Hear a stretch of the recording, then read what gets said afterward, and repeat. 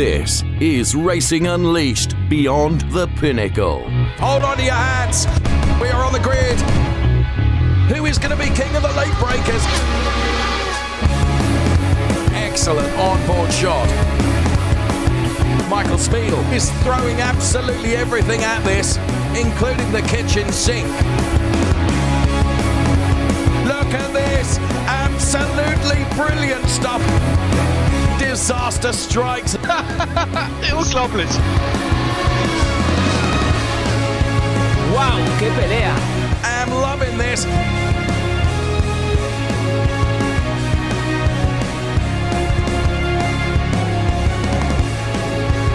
Take your hat off and give him a bow. He's already in the lead and now he can sail off into the sunset. This is Racing Unleashed. Hello everyone, really sorry I can't be with you this weekend because still travelling from the USA back to Europe. However, whether you are a Racer League driver or a Challenger League driver, I just wanted to check in and wish you the best of luck for racing this weekend. And my buddy Matthew Duffin, he's going to be calling all the action. Be good. Good morning everybody then, and welcome to Racing Unleashed, where we go beyond the pinnacle here for 2022. And as we did yesterday, let's kick off with our thoughts and hope that Sebastian Hirsch gets well and has a speedy recovery. As you can see, all our drivers and representatives there in Munich to give Sebastian a big wave and obviously to make sure that he gets a speedy recovery and gets back into that Munich Racing Lounge as soon as possible. There we are as well in all our racing lounges there in Calm. The drivers there looking a little more relaxed in that one, as I think they've now just realised they're on the telly. There we are in Zurich as well, for everybody to give us a wave, and Sebastian Hirsch, obviously all the support from every racing lounge we have here at Racing Unleashed is fully behind him and hopes he gets back in the cockpit soon. And here we are in Kemptal as well for the drivers to wish Sebastian a very, very speedy recovery then. And for all these drivers, they've got a massive task on their hands today because they've got a monumental race around one of the world's best race circuits. But there we are once again. To Sebastian Hirsch, wish you a speedy recovery and hope to you on the track very, very soon then. So good morning, hope you're all well, hope you enjoyed yesterday's action in the Challenger League, Racer League. Today though, I'm Matthew Duffin and I'll be bringing you all the action as well as much more throughout today's programme. Right now though, we're going to hear from a JWW on our track explanation and see if you can spot a few mistakes. I don't think we've got that ready for you at the moment. Welcome back and welcome to Spa Racing Circuit in Belgium. This is without doubt one of the most famous circuits in the world and one of the drivers' favourites. Now at just over 7 kilometres long, there is a lot for these guys to deal with. Of course, it's iconic for one of the most notorious sets of corners in all of racing, Radion transitioning into Eau Rouge. This is a blind crest, flat out, and it's a real challenge for these guys.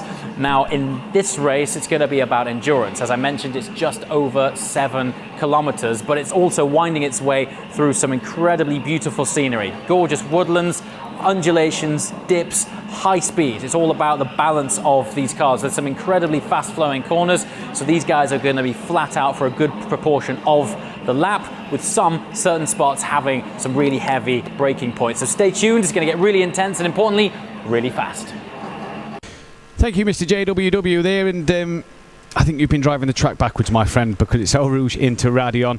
But nonetheless, these drivers, I've got a massive task ahead of them today. What a show they should be putting on for us today, and a possibility of crowning a champion here at Racing Unleashed. Mikkel Smeedel could be the man to do the job later on this afternoon.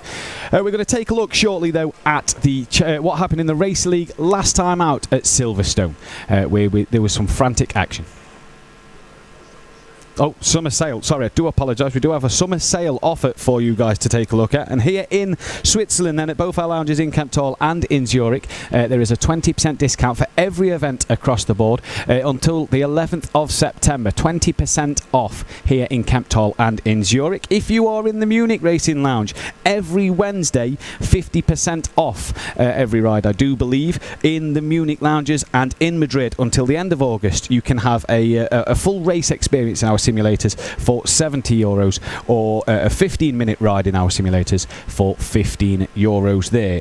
And you do not want to miss up on these opportunities to get in our fantastic simulators and the cockpits and get the real feel and a real experience of what it is like to be a Racing Unleashed driver here then. Fantastic experiences and a great opportunity to add, so make sure you check out them summer sales if you're in Munich, Madrid, Kemptthal or in Zurich then. So like we say, we've got the Silverstone Racer League highlights recap coming up from you from last time out. That will be with you in just a little moment, as well as the gear up session, knockout qualifying and the race later on, as well as much more from our fit and fast participants as well. Let's take a look at what happened at Silverstone.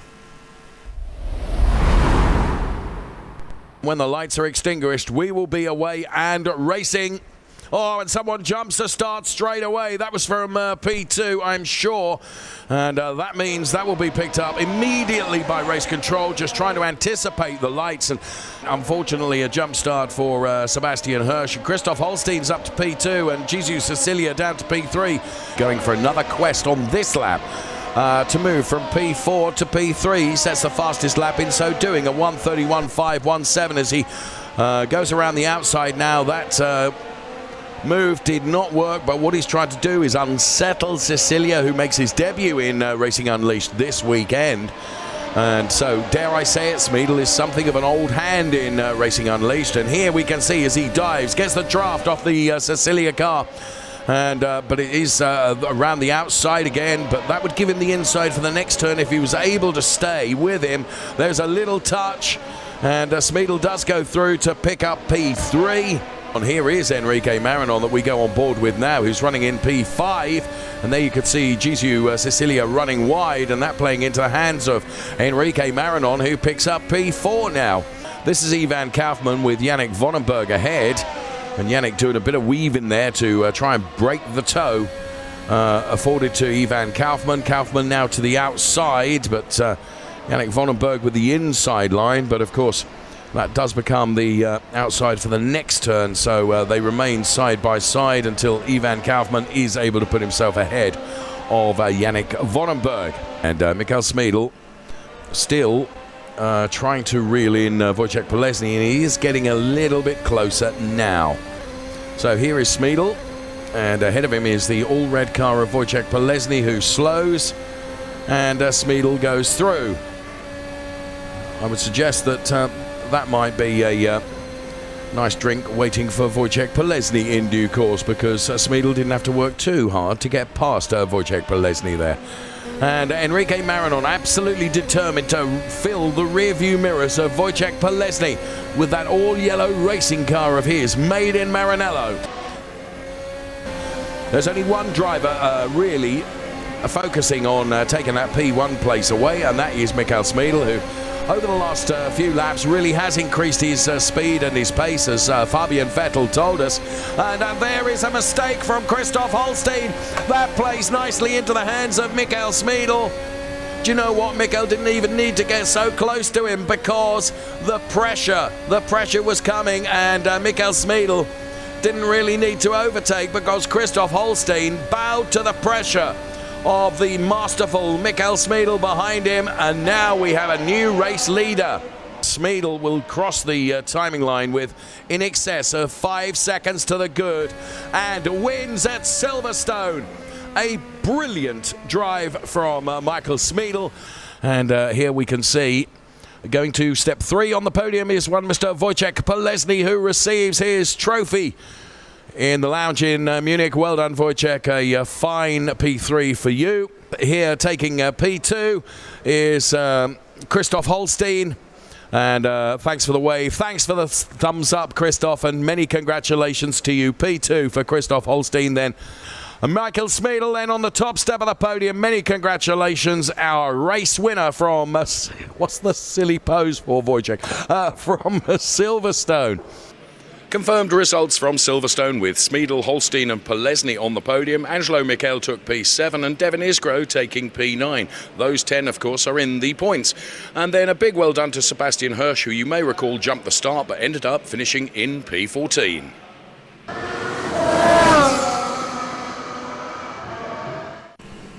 So that's what happened last time out at Silverstone, and here are the current rankings for the Racer League. Mikko Smeedle can take the championship today. He has such a commanding lead over Alejandro Sanchez in P2. He, though, has to watch behind him because Angelo Michel is only 2 points off the back, as is Christoph Holstein in P4. P5 is Enrique Marinon with Wojciech Polesny in 6th place. 7th is Javier Loro on 41 points. A big jump then down to Mark Gasner on 24 points in 8th. 22 points for Loris Mistretta in 9th. And Dominic Dedic rounding out the top 10 on 21 points. Second half of the table looks like this. Florian Harsten on 20 points with Coque Lopez in 12th place. David Ladomada in 13th on 16 points. Lorenzo Hayder on in 14th place with them 15 points. Jan Tufin 12 points to his name. Fabio Vettiger on 11. And then towards the bottom half, Sebastian Hirsch on 9. Jesus Silica on 8. Ivan Koofman on 6. And Devin Isgro on 6 as well, rounding out the top 20. And the bottom half of the table you see there, Kevin Abai on 3 and Roger Mart on 1, and the rest of the drivers there not yet to score. So that then is your rankings for the Racer League at the moment as from Silverstone. And this now then is the gear up session here for Spa-Francorchamps, the 7 kilometre circuit, so I am told anyway, the 7 kilometre circuit here in the Ardennes Forest, the Ardennes roller coaster as it's known, and a practice session for these guys to warm up and get to grips with the simulators and the cars for today. You just see the drivers getting the feel and just getting to grips with the track this morning. They won't have driven a lap until since the last time they would have practiced. They've not been in the cockpits this morning at all. Debriefs and stretching, preparation, warming up. And now it's the first chance to get a turn of the wheel, and keep your eyes on that purple and blue Racing Unleashed livery of Mikkel Smeedle there then, as he looks to be crowned champion later on today.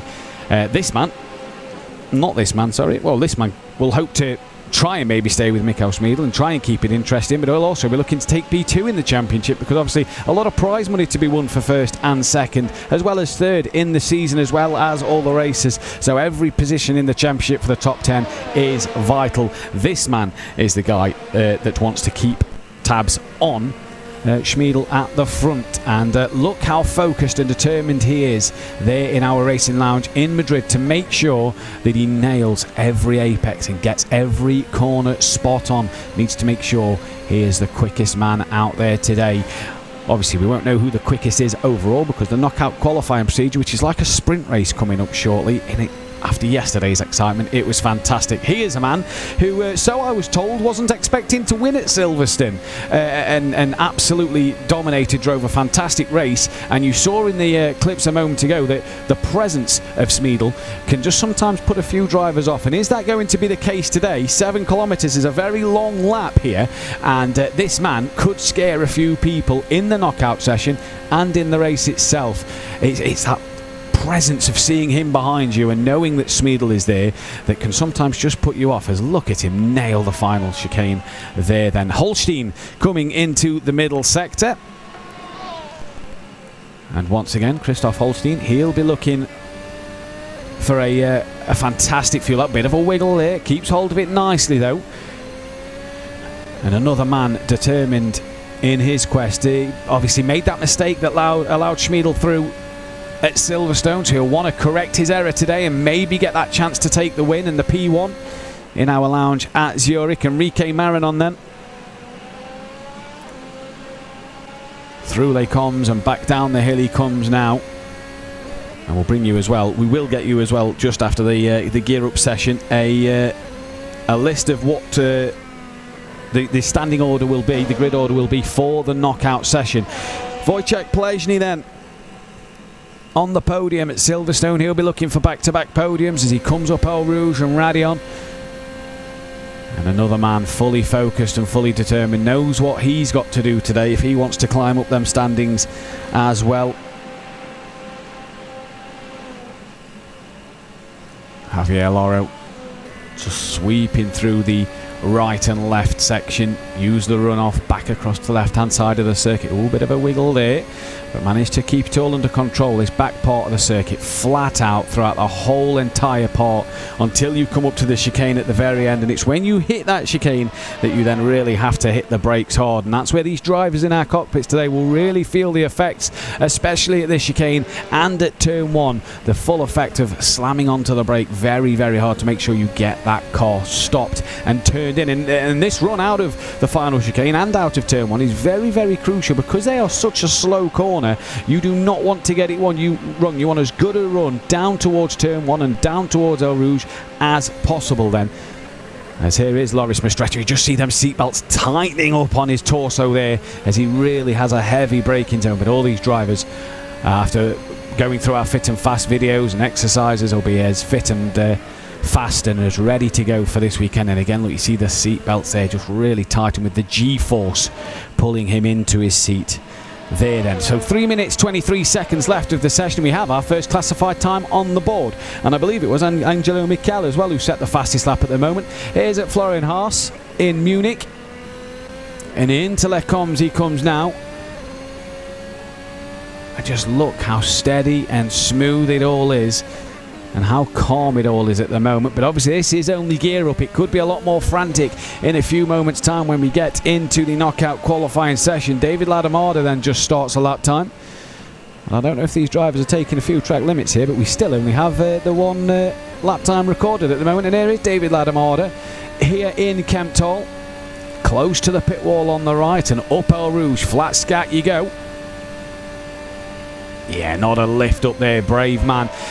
Will he be able to do that behind a couple of other cars in the race session? If he was watching yesterday's racing, he may have seen that it might be better to have a little lift halfway up El Rouge if you're behind a couple of cars. A bit of a wiggle there for Devin Eastgrow. He got all over the curb, manages to hold on to that though, and 2 minutes 20 left of this gear up session now, and still only Angelo Michel with a lap time on the board. So drivers pushing the limits as Enrique Marinon now gets a lap time on the board and goes some 0.4 of a second quicker. Here is Devin Eastgrow in Kemptol as well, and here he comes towards that chicane at the very, very end. As Tufen then comes through the chicane, and a 47.2 he's got to beat. A few times starting to appear now. 0.9 of a second separating the top 4. As Tufen then through La Source, down the short straight towards El Rouge. And again, flat out, no lift in there.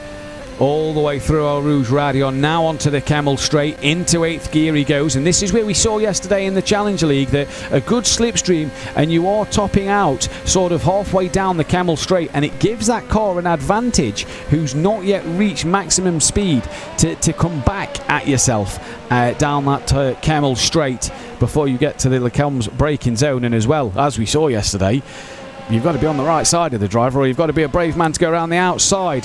Smeedle then still not yet put a lap time on the board. Here is Kevin Abi, currently the slowest driver to have set a lap time, and they win it at the minute, 1.9 seconds off the bike. But it's 8th place, and it's 8th place out of 20 drivers at the moment, so it's points finish for him if it was to be that way in the race a little later on. And for Kevin, once again, just nice and relaxed. Yannick Vonenberg then yet to set a time as well. Oh, big snap, and holds on to it very well there, does Yannick, and that'd have been a scary moment for him. But he hung on well. And now flat out through this last part of the track. Lars Bulmer then, just feeling the benefits of that slipstream from the car in front.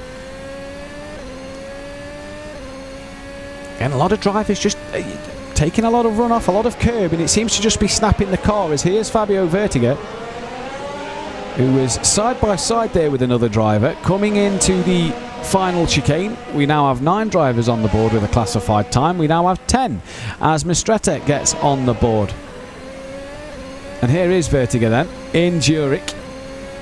And now let's see if he has a lift up Eau Rouge here then, because we saw yesterday that the slipstream up here in Radion was absolutely crazy. No lift for him, but he would have gained some immense time up over the top of Eau Rouge and Radion, as Holstein now improves his time into P4. And here is Ivan Kaufman in calm.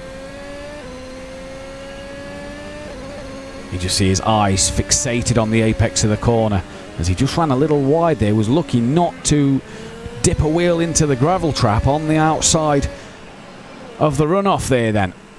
As the session comes to an end, and Enrique Marinon is the quickest driver on the track at the moment, but a lap time means nothing here in the free practice session, because Gear Up is all about a smaller race pace than what you will be doing in the race a little later on. But this man can take positives, and he's got good pace in the car, and if he can see his lap times and he sees that they're consistent, then I'm sure he can take away something of a positive for that one then. So the knockout session coming up in a little moment's time, as the drivers will now just take a quick drink and a little breather and prepare themselves for that qualifying session then. Great Gear Up session there. Not everybody able to set a time, so we didn't get to see everybody's pace in terms of that championship leader as well. Schmiedel not being able to show us what pace he can do, but I'm sure he'll be right there on the ball with it as well. So knockout coming up a little later on in the race then this afternoon, and a chance for Schmiedel to really take a dominant effect here, and a win today would guarantee him the championship in the bag. Anything other than that and it will go to the Circuit de Barcelona, Catalunya next time around. But for Schmiedel here, he might want to get the job done today, but with that points advantage he has, he's got a lot in the bank if he does have a bad race or two. So Gear Up then finished there. Let's go and take a look at the track preview of Spa. So here we come then, Spa-Francorchamps, the Ardennes roller coaster it's known as in the Ardennes forest. 7 kilometres long, 10 left-handers, 9 right-handers. And it's 250 metres from the start to turn 1, 100 metres difference in altitude, and Eau Rouge, the most legendary corner in the world of motorsport then. The preview of the track, and when you get off that start line, it is all about getting a good run on the rest of the pack as you head down towards turn 1 of La Source, and a very crucial corner. Need to get it right because the exit of this is so important. Watch for drivers sending them up the inside there as you get to the famous Eau Rouge and Radion then. Can you be brave and go side by side like a couple of folks in that image there?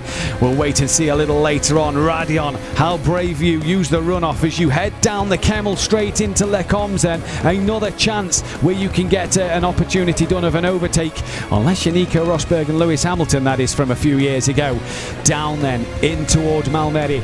A very tricky right-hander to get right. It's the exit in this corner that you can easily get wrong before you come to the hairpin, if you will. Very, very tricky right-hander. Still downhill, patient on the throttle before you come into what I believed was no name, but apparently it does have a name. Down the hill into the middle sector then, and you've got the double left-hander. A really, really tricky part of the circuit to get right before the chicane coming up right and left, and this sets you up then into not really an overtaking zone here into Campus, but what is a part of the corner that can really set you up for this back part of the circuit where you will be flat out throughout this whole entire bit until you head to that chicane. And if you get the corner before wrong, you'll lose a lot of momentum as you come into Blanchimont there and head round towards that final chicane. A lot can go wrong, a lot can go right if you get it bang on at this part of the track. And down towards the finish you go.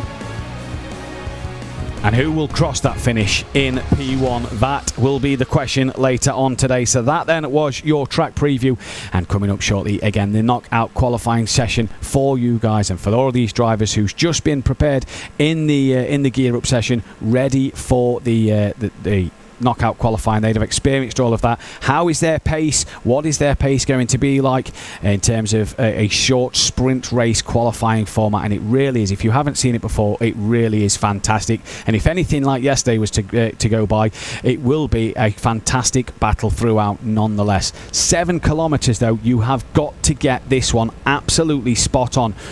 No chance for these drivers here to make a mistake. The way the knockout qualifying works then for the people at home who haven't been here before, the first lap will be under the safety car. No overtaking will be permitted then, as we are green now in this qualifying session. So the safety car will lead the drivers away, and what that will mean is they will be 1 lap behind the safety car.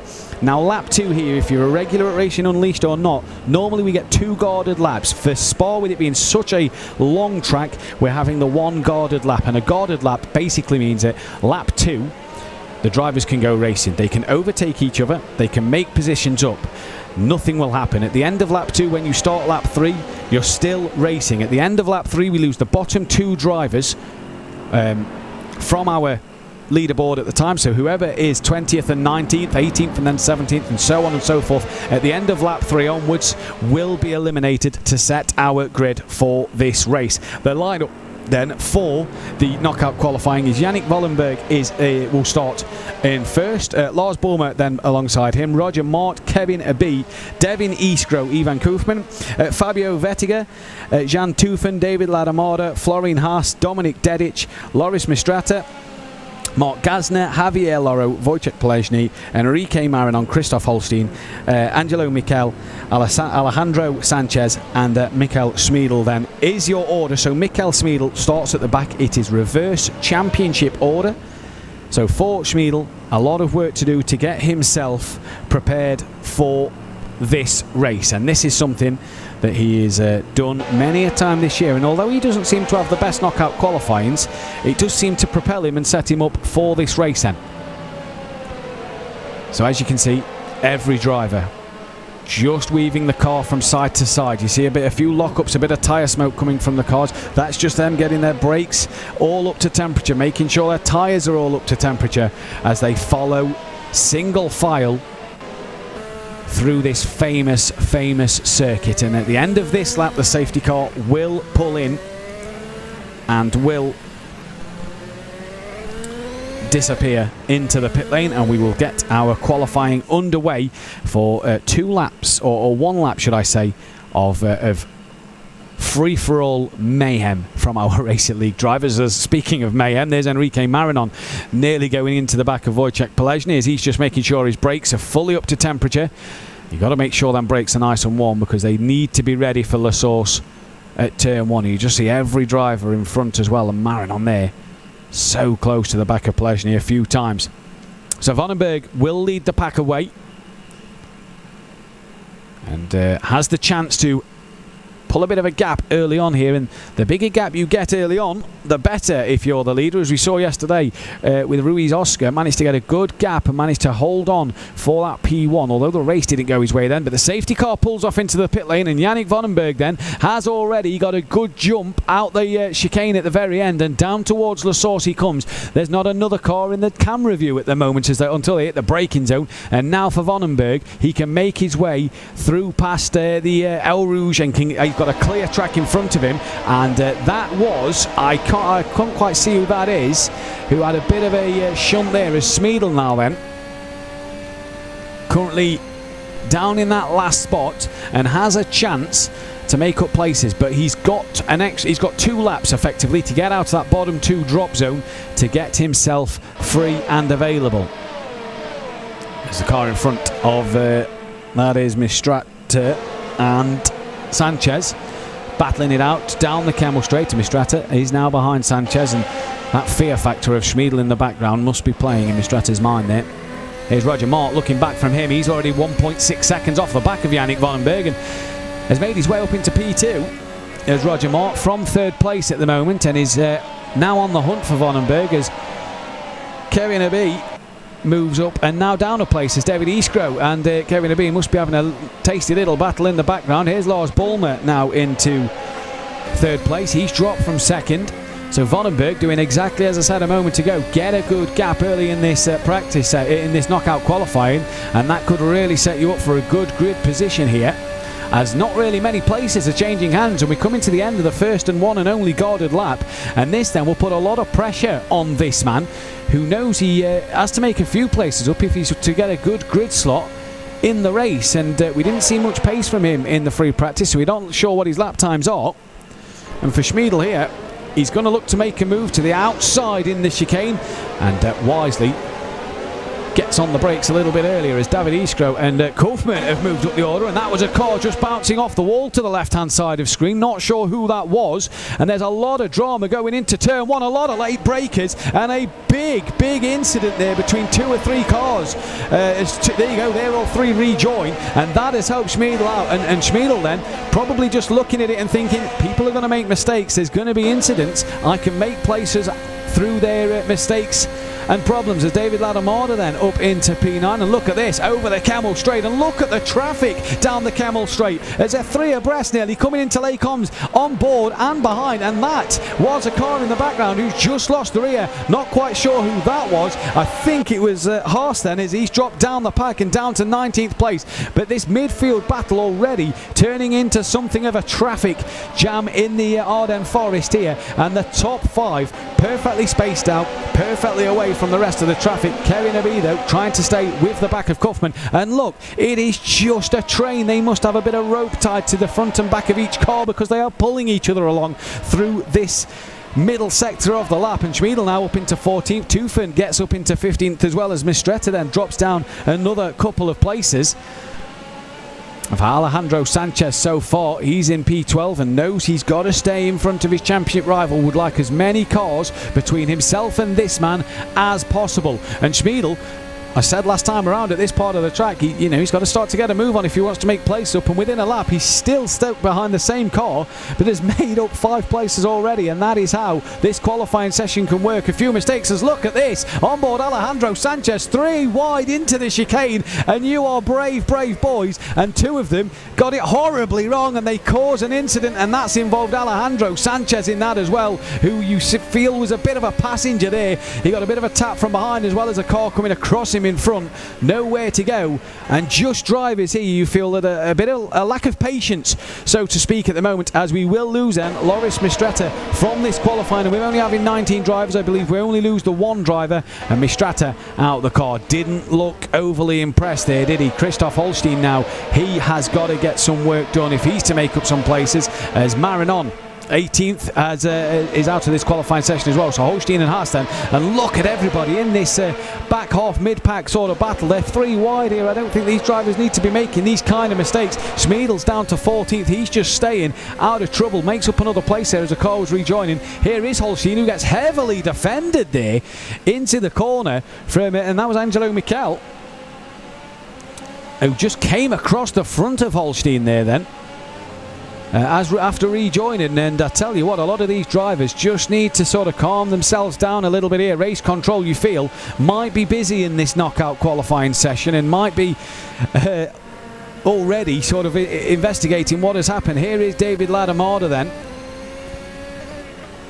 He looks nice and patient, doesn't he? He looks as cool as he can be. In 8th place, he's got Sanchez behind him, Vertiger in front. And so far, no need to worry for Vonenberg, Mort and Bulmer then out front. They have got a nice little gap between each other, and a nice little bit of time here as Schmiedl gets past Polesny then. That puts him into 12th place at the moment. Tufan has lost out to Haas. Them 2 will be eliminated here as Mort, so late on the brakes, and I think lost the rear all on his own, pulls the car out of harm's way, and that isn't, oh sorry, that is David Ladomada. I was looking at the bottom of the screen, and that then for David Ladomada, he's already pulled it into the pit lane. He's done. He knows he's eliminated with that mistake, and out the car he gets. And he is done for this session then, as Michael Schmiedl, and your championship leader, he's just picking places up one by one as everybody seems to be falling by the wayside. Look at the 2 in front side by side through Eau Rouge, up Radion, now onto the Camel Straight, and they're side by side. And this is where you see Polesny in the background as well, pulls out now on Schmiedl, and Schmiedl, he's not even going to defend that one because he knows that slipstream and the draft is much too to handle for himself, and he'll just wait for Polesny to get held up by Gazner and Loro in front then. Here is Plesny, who's just got past Schmiedel and want to get past these two as well as I think that was Loro in front, just missing his apex by a little bit, you would say. Down the hill into the middle sector they come now, and for Plesny, he's got a couple of laps here to get himself ready to go. So 15 drivers left in this session, as Holstein and Haas, the drivers at risk at the moment, but it is very close and very tight all behind Javier Loro. Only a couple of tenths separate every driver, and Schmiedel is in that pack, in that danger zone of being eliminated within the next 1 or 2 laps, so he's got to start to make a place or two up here. And he is on the back once again of Wojciech Plesny, but this is Alejandro Sanchez on the back of Fabio Vertiger. Now to Holstein, who was a bit annoyed a little earlier as he got a bit blocked. Now to the outside of the chicane, earlier on the brakes. Can he try and tuck underneath? No. And that is a job well done if you're Angelo Michel. You've managed to hang on for another lap. For Holstein and for Haas, though, we do lose them from qualifying. So Christoph Holstein and Florian Haas then have been eliminated from qualifying here. And now it is down to Wojciech Plesny and Angelo Michel to see if they can carry on going. Once again, Schmiedel has got past Plesny and now will be on the back of Mark Gazner then. In that top 10, David Iskro has moved himself ahead of Bulmer into 3rd place, and the top 4 was all perfectly spread out, but I wonder if Bulmer's just had a problem then, because he's lost a lot of time to Roger Mort, and Iskro was over a second behind him, so maybe a problem for Bulmer there, which kind of brings Kaufman back into that at the front of the pack. Angelo Michel, though, 7/10 of a second off the back of Wojciech Plesny, and for Plesny, he needs to get himself on the back of Michael Schmiedel here then as well, because he's going to want to make sure he can get an extra lap in to maybe attack for that top 10. Schmiedel, though, out front, you just see him disappearing into the distance. And the overhead shot of Plesny, look, you can just see the purple car of Schmiedel and the blue car in the background of Michel. And Schmiedel putting the pressure on Gazner up front, and this could allow Plesny the chance here if these two come together and have a collision then. Flat out through this part of the track, really important to get a slipstream. Plesny seems probably a bit too far back, needs to hope for a problem from someone at that last chicane then, as Schmiedel round the outside. And that is a job well done. There is a car still to the left hand side of him. He can't come fully across. He's so much later on the brakes. Bit of a lock up there. Manages though to get it stopped into the corner, and he gets it perfectly done. And for Plesny and Angelo Michel, we're going to say bye to them for now, but they will be 12th and 13th preliminary on the grid, as Schmiedel gets himself into 10th place and is now already attacking the back of Fabio Vertiger then. And that will put him into 9th and will put him on an extra lap. For Gazner as well, he needs to make sure that he can get himself on another lap. But for Vertiger, Schmiedel is coming like a man possessed, and he's pulled out now with the slipstream. Has he got the job done though? That is the question. We've seen how daring this man is on the brakes. Can he get it done into that Lecombe chicane? Oh, of course he can. It's as cool as you like from this man, the championship leader, and he's now into 9th place, and Vertiger and Gazner are the two that are in trouble of being eliminated. And for Schmiedel here, it is a knockout qualifying that started off as casual, a Sunday stroll for this man, that is turning now into an all-out attack to get as high up the grid for the race as possible. Alejandro Sanchez here then. What can he do? He's got a few places he can make up. He's got a couple of cars just in front of him. Currently P6 at the moment. Lars Bulmer and Ivan Koofman ahead. So Koofman's got himself ahead of Bulmer. So Bulmer just starting to struggle as this qualifying session goes on here then. And Alejandro Sanchez not in any danger of being eliminated, but look at this, pulls out now, goes up the inside, and for Lars Bulmer just dropping down the order, and Alejandro Sanchez puts another car between himself and Schmiedel in this one. It's not over yet though, because Bulmer coming back at him. Who breaks the latest round the outside for Sanchez? Gives Bulmer plenty of room at the first part of the chicane, and Bulmer gives him the respect he deserves at the second part of the chicane. So Sanchez moves up into P5 then, but we are going to lose Fabio Vertiger and Mark Gazner from this qualifying session, and that will be them done for this one. And for Gazner then, a bit of a disappointing look on his face there. Alejandro Sanchez then 1, 2, 3 cars between himself and Schmiedel. But they're all within a couple of tenths, and Schmiedel is coming on the back. Here is Fabio Vertiger. Again, another disappointed look. Maybe he thought he could have done better in this knockout qualifying session. But for Sanchez, he's got Kevin Abbey and Lars Bulmer. Bulmer dropping down the order here. He's really starting to struggle in this knockout session, and he's now down into P7. And if he loses out to Javier Loro, will be in that elimination zone, and will be in the deadly drop zone for the end. Here is Schmiedel, and Loro look up the inside of Bulmer. Schmiedel's going to look to the outside line. Wow, very close to making contact there. Oh, now will he have to give that place back? I'm sure Race Control might want to just look at that one, but Bulmer then down to 9th place, and I don't know what's happened at the back end of this session, but he's lost all the pace he had early on and has just struggled here. But Loro now back in the in participation for at least another lap, and Schmiedel 8 tenths behind, and we could be saying goodbye to Michael Schmiedel in this knockout qualifying session then at P8 at the moment, provisionally. He's got a lot of work to do. It's going to be a full send-it manoeuvre into this chicane, but you just kind of feel that it's too much to ask for. And hey, look, P8 from the back of the grid. It's not a bad place to be starting in the race, and we've seen what this man can do. Look at that. Look at the closing speed into the chicane. But for Lars Bulmer and for Schmiedel then, it is going to be the end of their qualifying session. Michael Schmiedel will start P8. Lars Bulmer will be P9. And what happened to that man? The pace just dropped off at the end there. And now it's the top 7. Javier Loro will continue on his way, as will Kevin Abbey. And is Schmiedel continuing here? No, there he goes. His car disappears then. As now Loro and Abbey side by side. These two are the next two to be eliminated. And for Javier Loro, he's got to find 2.5 seconds to get to Kaufman if he can get past Abbey here. Struggles there to get it done, and Loro now through at Les Combes. Job done. 2.6 seconds he needs to Kaufman, and that is a massive ask when you're nearly halfway through this circuit. For Kaufman though, 7 tenths off the back of Alejandro Sanchez, who's now up into P4 and can be very happy that he starts 4 places ahead of Michael Schmiedel at the moment in time. There is Javier Loro in Madrid.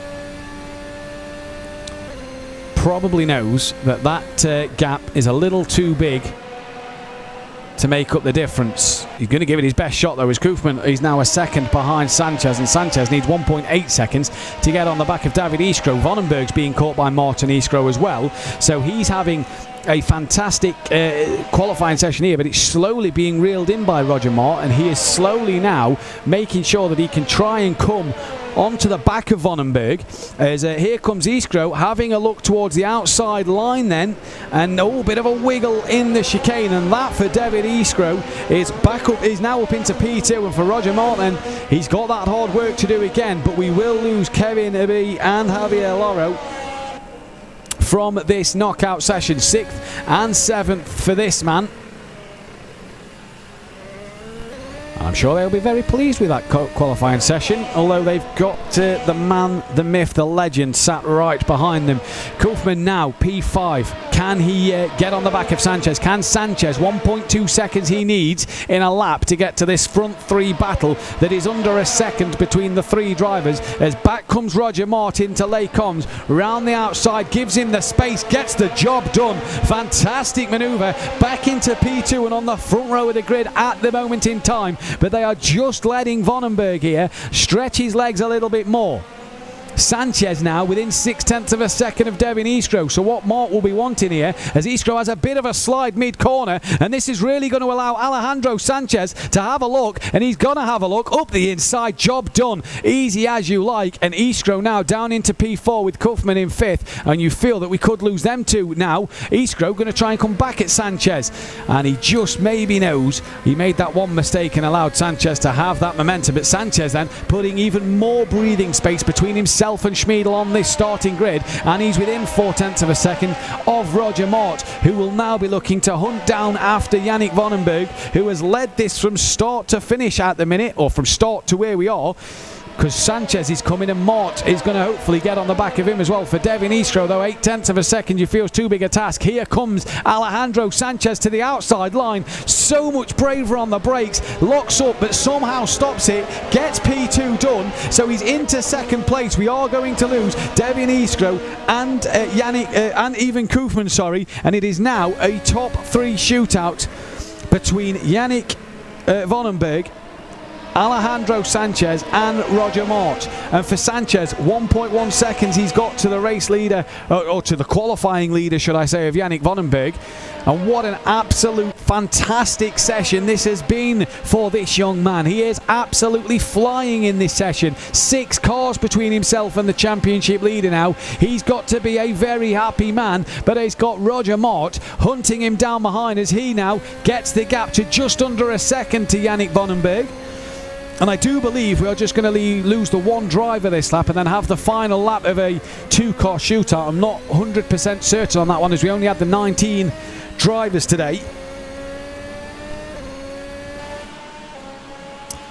Sanchez then, within 0.3 of a second, he has left Roger Mott and is hunted down Vandenberg here. And Sanchez wants to put 7 cars between himself and Michael Schmiedel. And for Roger Mott, you just feel that he's helpless here. He's not able to stick with the back of Sanchez. The gap to himself and Vandenberg is pretty much the same. But Sanchez in the middle, he's absolutely flying at the moment into the back part of the lap now. And you feel that we saw him last time round on the brakes at the chicane in that slipstream. He's got such momentum and speed at the moment with him. And on board Alejandro Sanchez, just look how calm he looks in the cockpit. Pulls to the outside. How's the late braking from him once again? Any lock up this time round? No. They both stay side by side and give each other respect. And that then is Sanchez into the lead of this qualifying session. And I do believe we're going to lose Roger Mott, who will be P3 on the grid then for qualifying. And Sanchez in the lead of this one with Yannick Vandenberg, who just has a wiggle there in the background, as did Roger Mott, but I think we're losing Roger Mott anyway. Yes, we do. So it's Vandenberg, half a second behind Sanchez. Really needs to stick with him as he looks a happy man in the car. Does Roger Mott then. Half a second, Yannick Vandenberg, who up until this final lap has led every lap so far here in Munich. And look at the entourage watching on, and one of them drivers, I imagine, is Schmiedel himself, hoping that he can put Alejandro Sanchez under a bit of pressure here.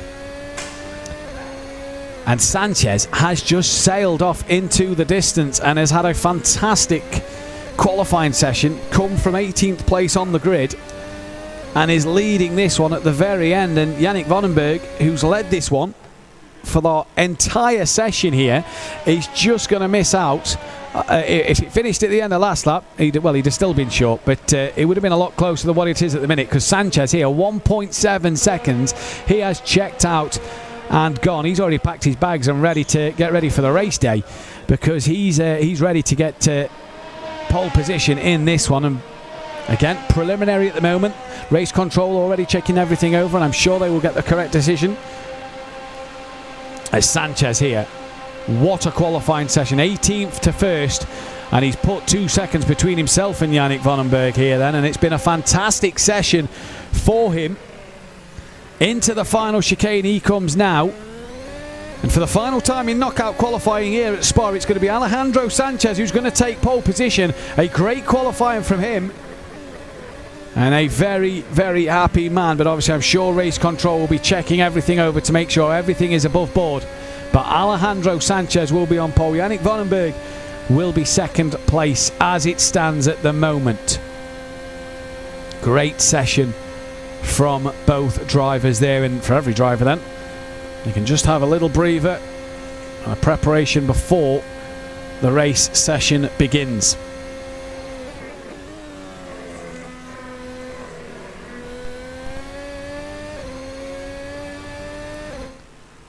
So So that was your knockout qualifying session done there, and a fantastic drive from Alejandro Sanchez. We will confirm the pole sitter in due course while race control do their thing, and we get word through of who will be on pole, and we'll bring you an interview with the pole sitter a little later on. But a fantastic session nonetheless from everybody there, and Schmiedl can be very happy with his work. P8 he will start, and I saw a few disappointing faces towards the back end of the grid when we went on the onboard shots. One man who looked very happy though, and I saw him climb out his cockpit earlier, was Roger Moore. He had a massive smile on his face and will be extremely happy with his session there then. So race control, I can just see below me, are already checking everything over and are already making sure that everything is correct and above board at the moment in time. What a session that was. Race coming up a little later on, and if Alejandro Sanchez has that pace, well, what can he do in the race? Because it should be an absolutely fantastic one.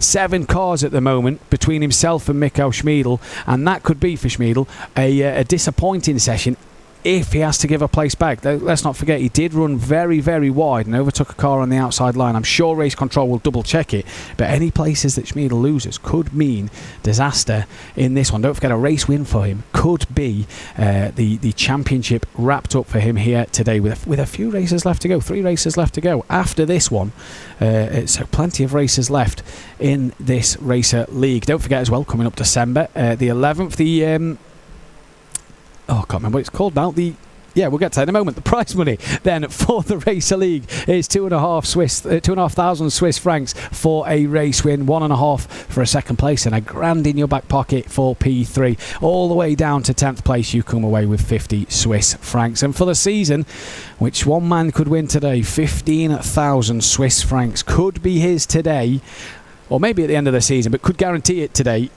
For 9,000 for second place, 6,000 for third, all the way down to 750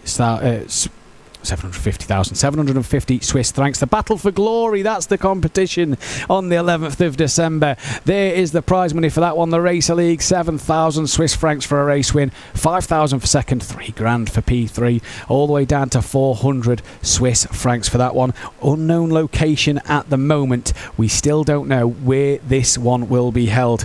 The battle for glory in December. You see there also the prize money for the Challenger League on the left-hand side as well. There it is, the 11th of December. Secret track. Nobody knows. They're not even telling me. I don't know what the track is. And we're getting closer to the 11th of December as well. It's only a couple of months away. And we all love December because it brings many good things in. As we roll in then, we are still waiting confirmation from race control for the pole sitter here then, and we will be bringing you an interview with him in due course there then. What a session that was, and what a session it will be a little later on, coming up shortly. The race, fit and fast exercises, as well as some more from Mr. JWW himself. And there is a surprise coming next month as well. It got announced yesterday that JWW and Fabian Vettel will be taking part in the Challenger League next month. And what an exciting time that could be. You are able to sign up. Go to our social medias and to Racing Unleashed website. If you want to sign up for the qualifying sessions to try and qualify, it's easy to do so. Follow the website. It'll all explain what you have to do, and if you qualify for the Challenger League, you get a chance to take on Vettel and JWW. Alejandro Sanchez has been given pole position. We've got him back in his simulator, and it is pole position for you, my friend. Well done. Yeah, that was quite unexpected, but we managed to stay out of trouble and just move to the front of the field. Draft played a big role in this. It was easy to just wait and use the draft to overtake the car in front and leave him with no chances of coming back in the next corner. So yeah, it was fun. Yeah, you seem to be very patient early on in the qualifying session there. A few drivers made mistakes, and then at the end you seem to just unleash some fantastic pace from yourself, because you was just catching cars lap after lap after lap, and put some distance between yourself and second place at the end. Yeah, it was quite tight because I overtook him in the next to last lap, I think. But yeah, we had some superior pace compared to the cars in front, so it was quite easy to just catch up, and basically I did the same to everyone, just overtaking the chicane. And yeah, that was it. It was easy, I would say, but not easy. Going into the race as well. Apologies. Going into the race then, you start on in first place. What's your strategy? What's the plan? Stay there. Last year I started on pole as well, and there were some incidents in turn 1, so I just want to stay out of trouble there and just run away as much as I can and try to put some distance between me and the fastest guys that are starting from the back, because they will move up the field, I'm pretty sure. So it's just a matter of setting the pace early on and getting into a nice rhythm. Well, we wish you the best of luck for the race later on and hope to speak to you later. Okay, thank you very much. So a very happy pole sitter there then, and Alejandro Sanchez will be P1 and starting pole position later on in the race. What a job he did there then in qualifying. Great pace from him. Can he take the pace once again into the race? And can he take the fight to Mikel Schmidl to keep this championship alive and take it to the Circuit de Catalunya, Barcelona? We'll have to wait and see in a moment's time. Race control, though, are still looking everything over and making sure that everything is the correct decision and that everybody has their starting position. We'll be bringing you the starting grid soon, a little later on again, just before the race, with a few driver interviews on the grid as well. Right, coming up a little later on as well, Fit and Fast, new video from Ralph Moller in that one, and I'm sure that one's going to be fascinating to see as well. As we get ready, we are going to check a few replays here, and let's see what happened. Devin Eastgrow just outbraking himself, you see there, into the final chicane, and then making a little bit of contact, and I believe, no, that's not the one where Sanchez got caught up in, but outbraking himself, and Jan Toofen, that's where we saw the car in the wall, a wiggle on the curb, and wow, that from Enrique Marinon. That is a brave manoeuvre, and it didn't work. 3-4 cars off there. Here's Florian Haas, and like Schumacher and Hakkinen in their day, except they wasn't bouncing off each other, and round he goes into Les Combes. Did he stay out of trouble? Looks that way. Polesny thought, I'm going to make it 3 wide here, and he gets squeezed into the final chicane, and he went wide. I believe that's where we saw the red car go round in front of Sanchez. Yeah, look, Polesny trying to rejoin when there wasn't really much room there. Look, Mikel Schmidl then. Look at that, just waiting for that gap to open, backs out of it, and then, oh, well then, will the stewards be interested in looking at that one from Mikel Schmidl? David Ladomada into the final chicane, and just too heavy on the brakes there. And it just seemed early on in this knockout session that a lot of drivers just seemed to be a bit too impatient and just too eager to make the places up and make as much ground as possible, because they just seemed like they wanted it too bad. And in the end, race control are going to be very, very busy with a few incidents here then. And we will bring the final classifications. Well, let's take a look at the sign up now if you want to become a part of Racing Unleashed with Mr. JWW. So you want to race in the Challenger League. It's actually really simple to join. Just head over to the Racing Unleashed website, find the Challenger League, and be sure to sign up. Now, you don't need to wait for any confirmation. Once you've registered, you're in. Now, here's where things get real. You will then be allocated a specific time frame where qualifying takes place. You make your way to your nearest racing lounge, hope that you're fast enough, and then hopefully you'll qualify to join in the first Challenger race. And that was Mr. JWW there then. Thank you for the explaining the sign-ups. We're going to take a very short break and look back at some Fit and Fast and back at Brands Hatch a few months ago. We'll see you shortly. This exercise is called leg raises. The exercise also works the lateral abdominal muscles. A strong torso relieves the back from blows and helps to secure the body and spine during sudden abrupt movements. In addition, you develop a nice six-pack. So, we do the exercise. Lie back on a mat, lift the legs and stretch them out long. Place the arms at the side. Bring them more in like an L, yes. And now you begin slowly to move to one side and to the other side. Don't forget to breathe. Inhale and exhale. 10 or 12 reps, and afterwards, minute, you have a break. After 8, 9 reps, it will really burn. Yes, 0, that's the one. We start counting when it hurts. 5. Racing Unleashed. Yes, my friends. That's how champions train. This is Racing Unleashed Beyond the Pinnacle. Green and go after being held at the line for a while. Who is going to be king of the late breakers? Speed up the Bremses! Michael Spiedel is throwing absolutely everything at this, including the kitchen sink.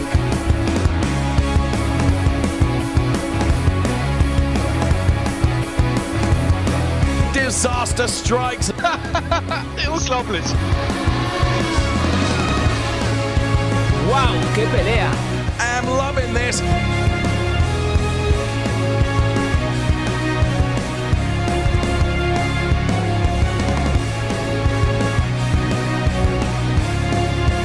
Look at this. Absolutely brilliant stuff. This is Racing Unleashed. And that is race control. Those are the gentlemen are charged with making all the decisions during the race and post-race as well. They're having a busy time of it following qualifying because there are a number of incidents that they needed to look at. They have access to so much data and so many camera angles. They can look at absolutely everything in fine. I mean, literally take it back to frame by frame. They can do that, and you can see that being done as we speak as well. Race control, keep an eye on everything. Here comes our grid then. Christoph Holstein is in Zurich. He's on P22. Angelo Michel is P21. I'm hoping that Christoph Holstein can hear us. Christoph, you're starting right at the back of the pack. Let everyone else lose their head and you'll come through the whole pack. Is that the strategy you have? Sure. I mean, you always have to be count a little bit on luck, I guess, when you're starting so far back. So I just hope there's going to be some carnage up ahead, and then I can make my way through. Otherwise, it will be very difficult. I'm glad you said carnage, Christoph. We wish you the best of luck for the race. Thank you for talking to us. Christoph Holstein then, and Angelo Michel going from P21 and P22. We continue through our grid now, and Dominic Dedic, he's another driver that's got work to do, and Loris Mistretta, they go from P19 and P20 on our grid. So the 10th row closed out by Dominic Dedic and Loris Mistretta. Wojciech Polesny, for my money, is another driver that is perhaps out of position, and he's going to be going from P18. And alongside him, he finds Kevin Abey. Wojciech Polesny going from Munich, and Kevin Abey racing in our lounge in Zurich. These fabulous Formula Hybrid 2022 Ex-Evo cars. Jan Teufen goes from P16. Enrique Marinon then in Madrid. He will be going from P15 on the grid. And you can see the drivers in their final stages of preparations then ahead of the race to come at the British roller coaster that is Brands Hatch. So that was our 8th row of the grid. Now we go to the 7th row of the grid. 7th row, P14. Michael Smeedel, my old friend here, what are you going to do from P14? Well, to be honest, I don't know. I will just do my best and just fight, I guess. Your best is normally pretty good, and we wish you well for the race. Michael Smeedel then, understated. Go forward, friend. Thank you, Dave. So Michael Smeedel going from P14. And then Javier Loro is alongside him. He is in our Madrid lounge. He goes from P13. So that is the 7th row of the grid. Going to be fascinating to watch how that row develops during the course of the race. Besnik Murtetsi and Sebastian Hirsch, they are in Calm and Munich. And they go from the 6th row of the grid. It's P11 and P12. P11 for Sebastian Hirsch, P12 for Besnik Murtetsi. We continue to scroll through our grid of cars. It's Alejandro Sanchez going from P10, the returning Alejandro Sanchez, and Devin Iskro with a very good qualifying performance. He goes from P9 on the grid in our racing lounge here in Kemptal. Let's see what those drivers can do. And to the next row of the grid, David Ladamada and Florian Hasse. Then they are P8 and P7. Kemptal and Munich are the lounges where their simulators are situated, and that's where they will be driving. David Ladamada just listening to a bit of hip-hop there ahead of the race. It's one of his calming methods, you know.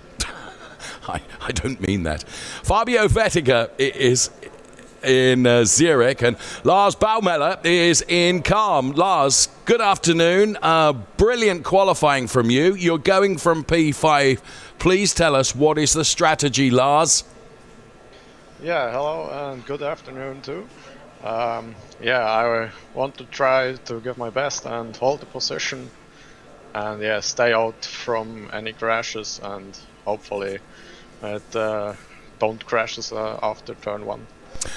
We wish you the best of luck, Lars, and well done for your qualifying performance then. It's funny, isn't it, that word crash has been used quite a lot by the drivers that we've spoken to on the grid. So once again, congratulations to Lars Baumeister then and Fabio Vettiger. They are on the third row of the grid going from P5 and P6. Let's get to the sharp end of it now then. Mark Gasner in Munich, he's going from P4. And Roger Marte then in Kemptal, who I spoke to off the air just a few moments ago, is going from P3. A really good qualifying performance from Roger Marte here in Kemptal, and he'll be hoping to capitalise on that. And Yannick Vonenberg, well, he is on the front row of the grid. It's P2, but the delight you could see just a few moments ago from Lorenzo Hayder, then up from the Challenger League into the Racer League for this weekend, and he goes from pole position, P1 for Lorenzo Hayder. Will he disappear up the road as he did in qualifying? It's a big thumbs up.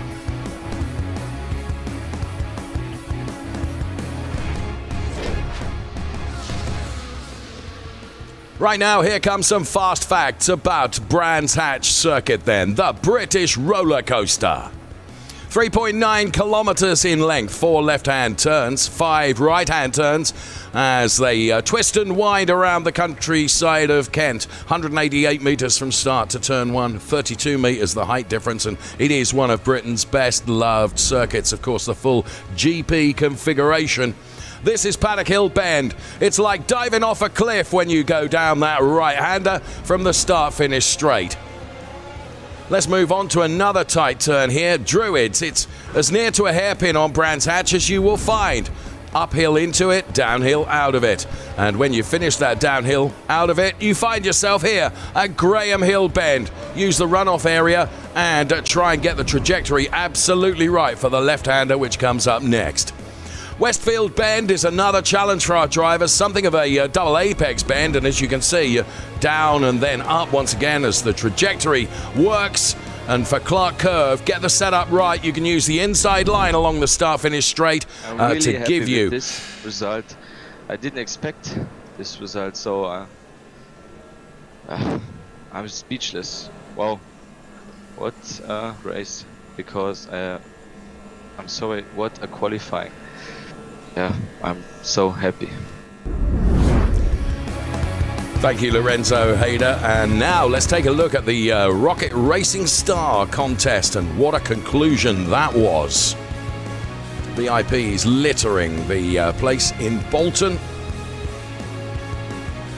And the competitors rejoined us here in the NCME. One final corner to go then, and out of it, it is going to be 2 victories here at the Bolton final for Monica Bolton Ramos, as she should be our racing star. Final corner, Deegan Fairclough, and he's done it. It's 2 victories for Deegan Fairclough and 26 points apiece as well. Fastest laps in both, and he cannot believe what has just happened. That is a life-changing moment.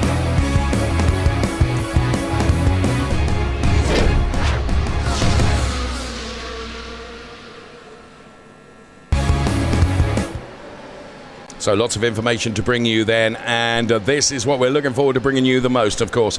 It is the start of the race, and as I was saying just before we heard from Lorenzo Hayder, an exit from Clark Curve to the inside can give you the run through Paddock Hill Bend. So all the cars are set on the grid then. We're looking at the Roger Marte car. That's really in our focus. And, of course, Lorenzo Hayder going from pole position. We'll see the lights. We'll throw them to the top of the screen for you. And the drivers all being held there on the grid, ready to get this race underway. 30 minutes, the race duration of this twisty-turny Brands Hatch circuit then. And we are about to go racing round 5 of our championship season for this year. This is Racing Unleashed. And we go beyond the Pinnacle. And the first of 2 dates in the UK in our championship this year. We're here at Brands Hatch. We head off to Silverstone next. And the sense of anticipation and excitement really building as the drivers are preparing themselves in their simulators around all of our lounges. There is the lighting sequence, and it is, of course, race control that control that. 1 light, 2 light, 3 light, 4, 5. Hold on to your hats. Oh, held for a long time on the lights. Oh, and a disaster for Roger Marte. He jumped the start. There's no question about that. That means Lorenzo Hayder is pushed back to P2. He was trying to anticipate the start was Roger Marte and just got it wrong. So here is Lorenzo Hayder, P2, but pretty sure it'll be P1 because Roger Marte undoubtedly anticipated the start. Here comes the crash that we feared might happen right at the start of the race, but not where we expected it. It's down from Druids into the Graham Hill Bend and then beyond. So Wojciech Polesny then, he's making progress already. And Michael Smeedel is P15. Here's Loris Mistretta. And it is Loris Mistretta that Michael Smeedel will be chasing down. Sebastian Hirsch P10 ahead of Javier Loro.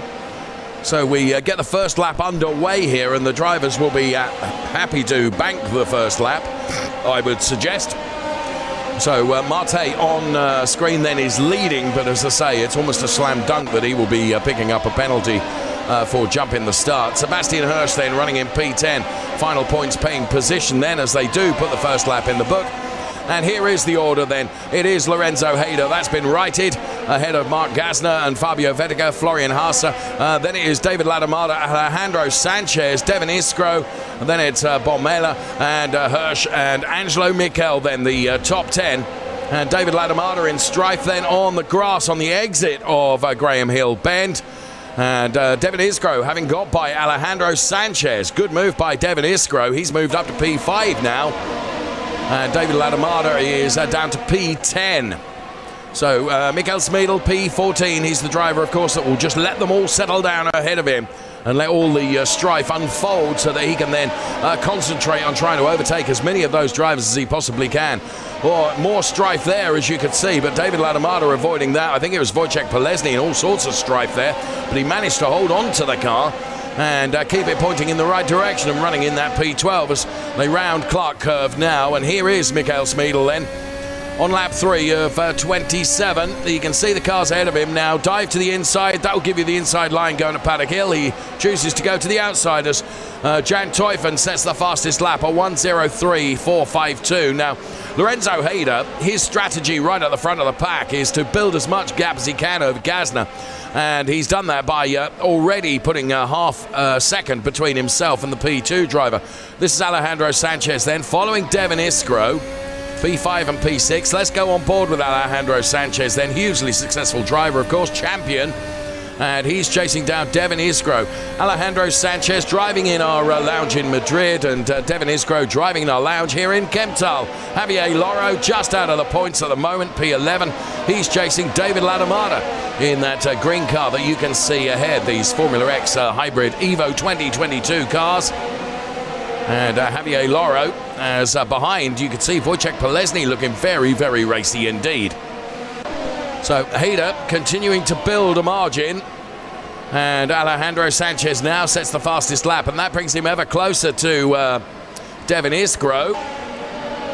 But it's where you can find a way of making a move here. This is Michael Smeedel and Loris Mistretta. So where is Michael going to have a go at Loris Mistretta now then through Graham Hill? That's not going to be the opportunity. Maybe following the left-hander which comes next. Here he is then. Let's follow him around here as he makes his way up the Hawthorne Hill then. But he's just not close enough. Just not close enough here. Bear in mind, Michael Smeedel leading the championship at the moment. Lorenzo Hayder is leading the race by only 0.3 of a second, it has to be said. And here's Alejandro Sanchez chasing down Devin Iskro. These two, well, they're often very, very close together during the course of the race, and they were certainly close together during qualifying as well. So over the line they go then, putting another lap. The laps are so short here at Brands Hatch that it comes thick and fast. We're already on lap 5 of 27. And here's Mark Gasner then, still within sight of Lorenzo Hayder ahead. But Lorenzo just controlling his pace really nicely and keeping a sufficient margin of tarmac between himself and Mark Gasner. Let's look at what the gap is as we go on board the Lorenzo Hayder car, looking back at Mark Gasner, then Fabio Vettiger and Florian Haase, and oh dear me, Javier Loro right in the middle of that lot as one car gets absolutely T-boned, and I'm sure that's David Ladomada. Enrique Marinon involved as well, and Javier Loro goes for another spin as well. So talk about dance yourself dizzy. Poor Javier Loro has been round and around and around. So, does get it pointing back in the right direction again, but that, of course, has put him way, way back. In fact, all the way to the back of the pack. No such strife, no such trouble for the drivers at the front of the pack. As Lorenzo Hayder is still marginally quicker than Marco Gasner, but Alejandro Sanchez, the first driver, I think, that's put his lap time into the 1:02s. So Alejandro Sanchez, obviously meaning business. He's managed to get by Devin Iskro, and now he's putting those fastest laps in. So presumably he will consider that Devin Iskro was something of a cork in the bottle, and now he's been released from that. Now he can go for it. Here is Alejandro Sanchez. And that means that Alejandro Sanchez now in that P5 position, having disposed of Devin Iskro and chasing down the Haase car ahead now. And all over the gearbox of Florian's car as Alejandro Sanchez tries to find a way through. Podium, surely a possibility here for Alejandro Sanchez if he continues performing the way he is at the moment. However, Haase will do his best to stick his elbows out and prevent him from going through. Here, Alejandro Sanchez then completes another lap. And here is Sebastian Hirsch, doing a very creditable job, running in P8. Mikael Schmidl has made it up to P9, and Wojciech Polesny now sets the fastest lap with a 1:02.757. Enrique Marinon we're on board with now, as his simulator bumps and bumbles around, replicating perfectly the grooves and undulating nature of the Brands Hatch circuit, which is where we are racing at today. So using the runoff area on the exit of Graham Hill, Enrique Marinon is really now reeling in. David Ladomada ahead. Oh, just loses a bit of momentum there as the front end of the car got a little less sticky than he would have liked it to be. And that plays into the hands of David Ladomada. Lorenzo Hayder has maintained his gap and increased it a bit over Mark Gasner. It's up to half a second now between P1 and P2. Then it's Fabio Vettiger, and Alejandro Sanchez has got by Haase and is now P4. I did say just a few moments ago, is a podium a possibility for Alejandro Sanchez? I think so. Here's Sebastian Hirsch climbing up towards Druids now. It's the closest to a hairpin that we have here at Brands Hatch. You run uphill into it and downhill out of it before Graham Hill. And Sebastian Hirsch is running in P8 at the moment. Javier Loro now sets the fastest lap, a 1:02.469. But Javier Loro is languishing down there in P21 following the crash we saw earlier on. Sebastian Hirsch has managed to get by Devin Iskro as well, and so too now has Mikael Schmidl, keeping an eye on the graphics on the left-hand side of the grid. And all of a sudden, Mikael Schmidl is finding the pace that he wants. He's up to P8. Bear in mind, he wants to bank as many points as he can. He wants to bank as much money as he can as well. That's what racing drivers do. And Mikael Schmidl proves that he's really adept at doing that. As now he lines up the car ahead. Clark Curve now. Can he get to the inside? Along the start-finish straight, which would give him the inside line for Paddock Hill. No, he prefers to go to the outside. Is he selling Lars a dummy here? And then on the run up to Druids, he takes a look at the inside. Lars Bormeyer just holds onto it nicely and denies Mikael Schmidl, who has got Devin Iskro right up his trumpet too. So they run out onto the grass, or rather Devin Iskro does, and Alejandro Sanchez, I said, is a podium a possibility. Well, At the moment, it looks absolutely guaranteed because he's running P3 somewhat earlier than I potentially anticipated, because on lap 9, Alejandro Sanchez is in that P3 place. We continue with Lorenzo Hayder leading, but we watch this battle going on with Mikael Smeedel at the moment, trying to find his way past Lars ahead of him, who of course is running in P7. And you cannot afford to take too many laps to make your overtaking move and to make it work. Right, is he going to try a different strategy now? Yes, he looks at the inside line going into Paddock Hill, but he wasn't quite close enough, I don't think.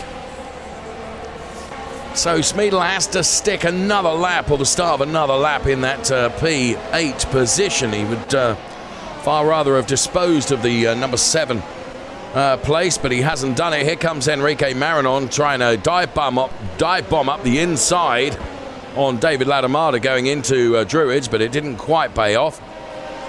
And it's Dominic Dedic that's sitting right behind Enrique Marinon. This is a fight that's going on for P15.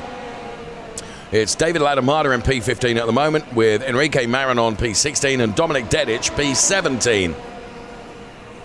So here the three-way fight continues. And for the moment, it's as we were. Loris Mistretta is now running in P9 as Mikael Smeedel P7. Sebastian Hirsch is the next in his target sights, and Loris Mistretta P9 dives to the inside of Devin Iskro. Devin really left the door open there, and Loris Mistretta just said, thanks very much, I don't need 2 invitations, I'm coming through, chap. And come through he did. Meantime, just looking at the screen, the graphics on the left-hand side of your screen, you can see that the gap at the front has remained fairly steadfast at half a second or so, as Loris Mistretta does run across the grass, but gets it all gathered up and is back on the tarmac now. So, lap 11 of 27 of a race that's being led by Lorenzo Hayder. And now Mark Gasner, of course, can't attack Lorenzo Hayder because his rearview mirrors are full of Alejandro Sanchez. This is the fight that's going on for P2. Alejandro Sanchez then looking for a way by Marco Gasner, or Mark Gasner I should say, and he finds it. Again, Gasner, like Devin Iskro on the lap before, just left the door open, and now Alejandro Sanchez will be able to sniff the opportunity of a win. Smeedel sets the fastest lap, a 1:02.312. He's in P7.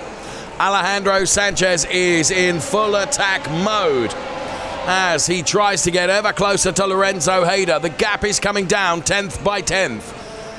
And there they chase now up Hawthorne Hill. Alejandro Sanchez is P2. Lorenzo Hayder there is P1. Let's stay with this battle. Or maybe not, because we pick up Sebastian Hirsch, who is challenging Florian Haas ahead. This is for P5. Alejandro Sanchez, meantime, is continuing to chase Lorenzo Hayder. So here you can see how the elbows are being stuck out, I should say, to try and make the car even wider than it is. Sebastian Hirsch, Mikael Smeedel now around the outside. Let's split the screen so we can bring you 2 battles at the same time. On the right-hand side is the battle for the lead of the race. Lorenzo Hayder, P1. Alejandro Sanchez, P2. This is Mikael Smeedel on the left-hand side of your grid down at Graham Hill Bend, trying to get rid of Sebastian Hirsch, but he's failed to do it. Lorenzo Hayder, it's down to just 4 tenths between him and Alejandro Sanchez. He knows that Sanchez is coming. Meantime, Mikael Smeedel has to just take another lap to try and get by Sebastian Hirsch. So Alejandro Sanchez now, he's reeling in the car of Lorenzo Hayder. This is for the lead of the race. Where can he do it? Well, running down now towards Clark Curve. This could be it. Alejandro Sanchez then, if he can try and get to the inside line of this start-finish straight here. But look at Lorenzo Hayder. He virtually welds the car to the wall. Now Alejandro Sanchez tries to sell a dummy. And Lorenzo Hayder is wise to it. He makes the car wide. Alejandro Sanchez tries to go all the way around the outside at Druids. That's going to be a big ask, but it would give him the inside for the next turn. And wow, brilliant defensive driving from Lorenzo Hayder, but he runs a bit wide. They go side by side. But still, Lorenzo Hayder is not prepared to give up. He gets sideways. That plays into the hands of Alejandro Sanchez and also Mark Gasner. The new leader is Alejandro Sanchez. Lorenzo Hayder is furious with himself because he's lost P1 and also P2. Wow, what a fight that was. Mark Gasner, of course, another big beneficiary of that. And now that Alejandro Sanchez, look, in the space of just a few 100 meters of tarmac, he has built a margin of 1.4 seconds. Extraordinary. We're just over halfway through this race, and Mikael Smedel, there was a little sigh of frustration you can see, because it is hard to get by at Brands Hatch, although Alejandro Sanchez made it look easy now. Here, Mikael Smedel surely will be able to pick up another place as Fabio Vettiger goes wide. But he's been fighting so hard to get by Sebastian Hirsch. And now, Smedel is able to do it, surely. Indeed he does. And in fact, now Mikael Smedel is up to P5. So Vettiger and Smedel fighting over that P5 position. But Mikael Smedel has gone through, and now it will be Florian Haas in his target sights. What have we got? We're on lap 15 of 27. Is a podium prospect likely for Mikael Smedel? Trust me, if anyone can do it, this man can. He's re-energized. He realizes over the final stages of this race that he could be potentially on the podium. He's got two cars to get by. There's Roger Marte running in P13. He, of course, jumped the start right at the start of the race. Great shame. Enrique Marinon is running in P14, and this is Jan Teufen that we're on board with. Lockups coming thick and fast through Druids. Sanchez leading by a second over Gasner, and then it's Lorenzo Hayder in P3. Jan Teufen is P12 at the moment, chasing down this man, Wojciech Polesny, who we're on board with right now. Wojciech Polesny driving the simulator in our Munich lounge. And whichever lounge you're competing in or spectating in, we say thank you for being part of Racing Unleashed this weekend. And wherever you're watching us at home, we're delighted that you are watching us at home as well and enjoying the scintillating race action that we are bringing you from Racing Unleashed, the Racer League. And should give a big shout out to some of our broadcasters all around the world, including China and Philippines, with Hoya and TAP in the Philippines. And of course Motor Trend in the USA, as well as Garage TV in Spain. Hello and good afternoon to all of you. So Mikael Smedel we're back on board with now as he continues his quest. We've got 10 laps left to run, and a podium is potentially in sight here for Mikael Smedel. Can he do it? Well, the first person he's got to get by is Hasser, who is running in P4. And here's Javier Loro now, making his way through Graham Hill Bend, keeping an eye on the rearview mirrors to see who's behind him as well as focusing on the car ahead of him, which of course is David Ladamada. Also racing in our Chemtel, as Javier Loro racing in Madrid and David Ladamada in our Chemtel lounge here. So Sanchez now nearly 2 seconds to the good over Mark Gasner. And then it is Lorenzo Hayder in P3. A really creditable performance from Lorenzo Hayder, stepping up from the Challenger League to the Racer League this weekend. And Javier Loro lining up David Ladamada to try and find a way by, but he's been denied so far. He does continue his quest. Enrique Marinon now sets the fastest lap, a 1:02.163. I wonder if we're going to see a lap in the 1:01s at some point. Only time will tell. So Javier Loro then running in P17. Alejandro Sanchez and Mark Gasner P1 and P2. Lorenzo Hayder P3. Florian Hasser P4. And this is Mikael Smedel, who is still trying and trying ever so hard to move himself up another further position. Can he do it now through Clark Curve? Clark Curve into the start-finish straight. And this is Javier Loro that we are watching. Sanchez, Gasner, Hayder, 1, 2, 3. Haas, Smeedle and Vettiger, the next three. And Javier Loro down there in P18 with Angelo Michel ahead, and David Ladamada, of course, ahead of Angelo Michel, who got by Javier Loro. So hopefully my technical crew are listening as we commentating, because for the moment we've lost all audio. All I can hear is me, can hear none of the track action at the moment. So Alejandro Sanchez and Mark Gasner P1 and P2. Lorenzo Hayder is P3. And Javier Loro then in P18. Lars Baumeiler, you can see, who is running in P10 at the moment.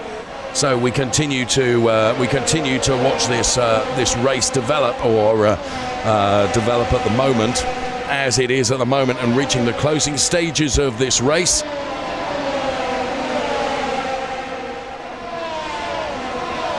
So Sanchez now 3 seconds to the good. Smeedle P5 still can't find a way by Haase. So Sanchez, Gasner, Hayder, the 1, 2, 3. Lars Baumeiler very much involved in the thick of the action then that's going on further down the order. P10 with Wojciech Bolesny, P11, and Jan Teufen, who is currently running down there in P12.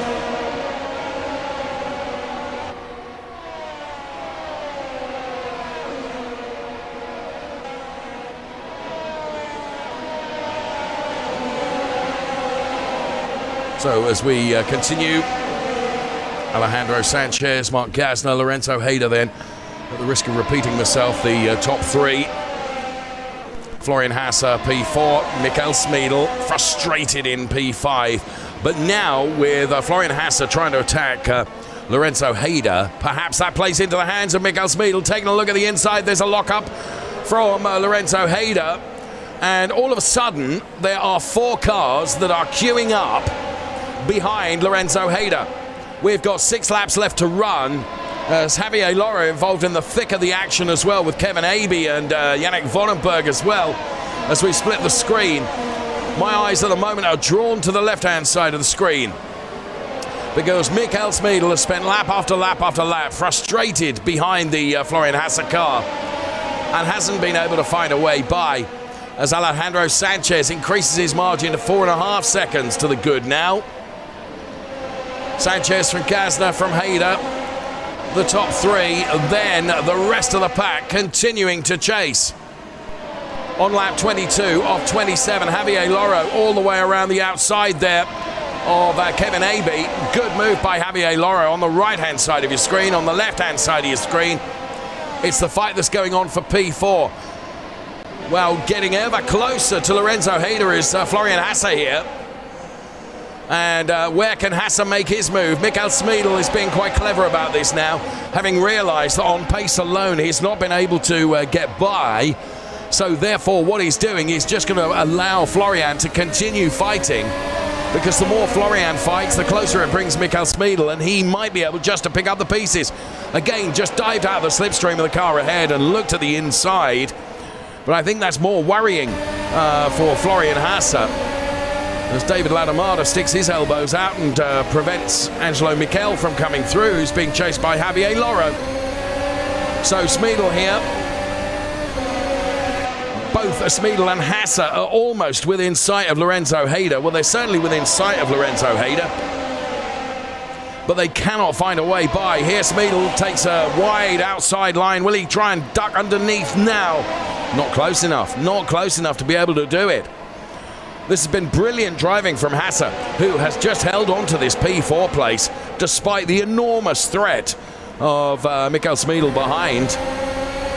He has been unfazed by that, and I have to say Lorenzo Hayder is not bowing to the pressure of those cars behind him either. But now Mikael Smeedel on the run out of that turn does get much closer to Florian Hasser. Is this going to be an overtake for P3? He sticks it up the inside, but Hasser is able to carry much more speed, and the momentum he has denies once again Mikael Smeedel.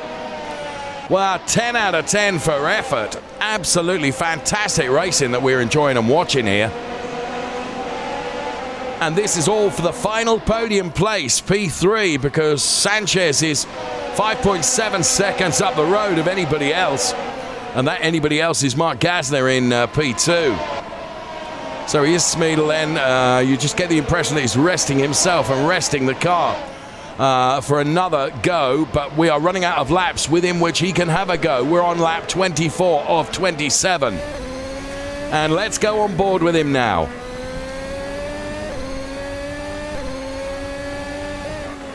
Oh, and you can see just how close Smeedel gets. Now this is where he got a superb run on Hasser last time around. He's done the same this time. He goes to the inside. They're side by side. He needs to be able to carry the momentum. They barge wheels, but this time Mikael Smeedel has done it. And he's put himself up into P4. Now, forgive me, but you will remember that I said a little while ago, is a podium a possibility for Smeedel? Well, with just 2 and a bit laps to go, Smeedel has got to try and get on terms with Lorenzo Hayder. This is going to be a phenomenal fight to the finish, I predict. Absolutely super racing. So enjoying this. So, Lorenzo Hayder, watch out. Smeedel is coming. And Smeedel running in P4. He rehearsed and rehearsed and rehearsed the overtake on Hasser, and it took him so many laps to eventually do it. Here is Lorenzo Hayder now, so deserves a podium. However, he has got the championship leader right up his trumpet now. And this is what it looks like from being on board Lorenzo Hayder's car as the hard-charging Mikael Smeedel with 2 laps left to run, or 1 lap and the remainder of this one. Whoa, what a fight to the finish this is going to be. So Lorenzo Hayder, Mikael Smeedel, P3, P4. Sanchez is 7.5 seconds up the road ahead of Mark Gasner. So P1 and P2 is pretty assured. What is up for grabs is this final podium place. So Lorenzo Hayder then hugs the inside of the start finish straight to prevent Mikael Smeedel getting a run into Paddock Hill. And now it's the run up to Druids. Now, Hayder needs not to make a mistake like a lockup, or was the lockup from Mikael Smeedel. He carried a little bit too much speed, and now he's got to try and do it all over again. Oh, you can almost see the frustration on Smeedel's face then, because maybe there was an opportunity there that he threw away. Is he making it difficult upon himself? Well, up towards Hawthorne Bend they go with Lorenzo Hayder, P3.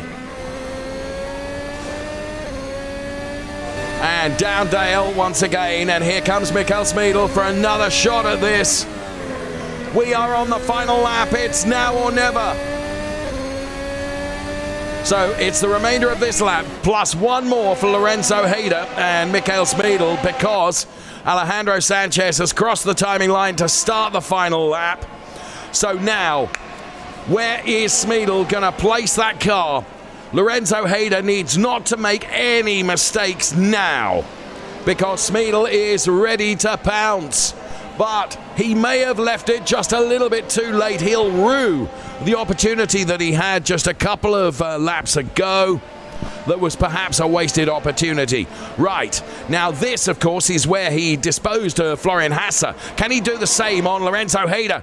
And Hayder, look at this, is protecting the inside line. He makes Smeedel go all the way around the outside, which is the long way around. So good defensive driving from Lorenzo Hayder.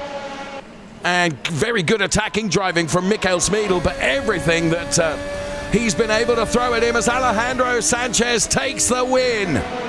It's P1 for Alejandro Sanchez on his return. It's P2 for Mark Gasner. Smeedel now is denied. Surely Lorenzo Hayder has done enough. Here is Mark Gasner, but running to the line now, Lorenzo Hayder. It's almost a photo finish between Hayder and Mikael Smeedel, but I think Hayder just shaded it. Wow, what a race that was.